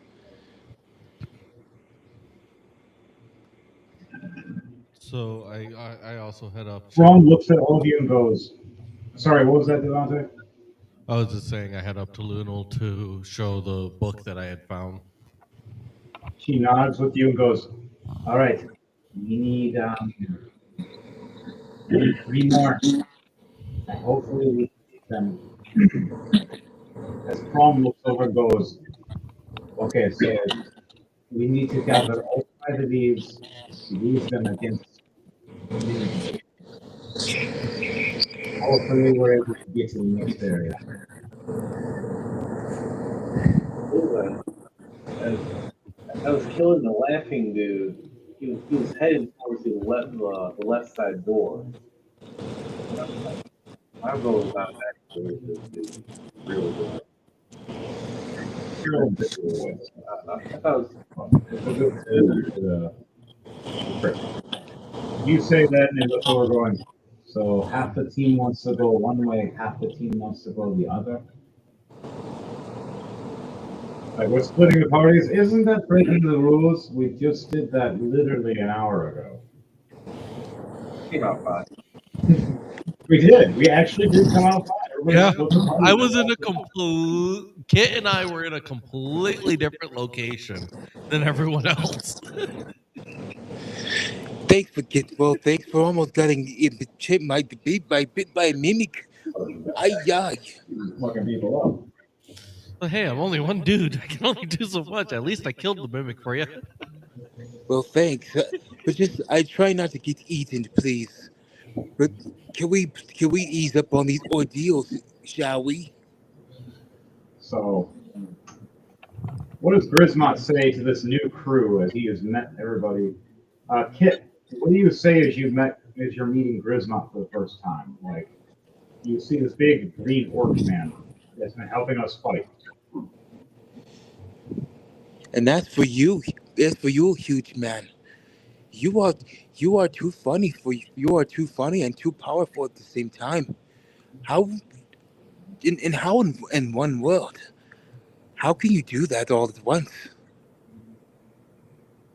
I don't come from this world. That's how. I'm an orc, and orcs are the best. Well, you said it. You said it better than I could. But last time when I encountered an orc, not good on my behalf. Yeah, he almost split you in half. Also, Grismont goes over to Luna and asks to get the other axe, his other axe blessed to return to his hand. She looks at you and goes, "Well, good thing we're here for a rest." She sits down and asks you to sit down in front of her as she takes the other axe and shows you how she does it.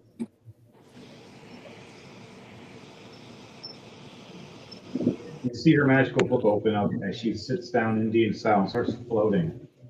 Her eyes glow green and the book swirls.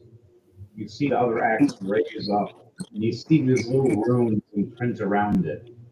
You see it start glowing green.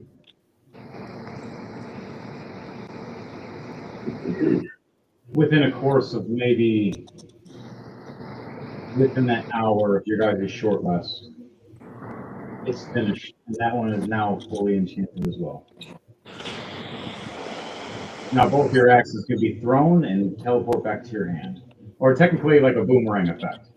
They both boomerang back to you. You can also technically double hit somebody by throwing it one way and having it come back and hit them the other way. But you get disadvantage when they start coming back. And then Grismont goes, "Thanks."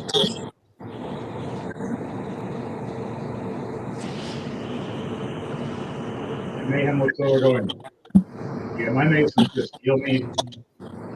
Then I just hit. All right, so anything you guys say for the last of the rest before we end this with the show? Yes. Tune in on Wednesday, 9 p.m. sharp Eastern Standard Time for the Chaotic Minds podcast. Be there or be square. Anything? I would like to share with you guys on next month. There's going to be some hidden surprises from the Dominant Vision, so keep your eyes peeled and be ready for the visionary surprise. So get ready to have your visions open. Stay tuned. DJ Thunderbase, anything you want to say before we end this? Any promotions? I don't have anything as of right now. No. And happy Mother's Day for those mothers out there for the weekend. And remember, we're done with the bullshit. It's a crazy clown world out there. To you all. Good night. Anything you want to say, James? All right, guys, we're going to tune in next week for Rolling to Die, episode 112, for the next episode of the part 2 of this, for And this guy's going to bed.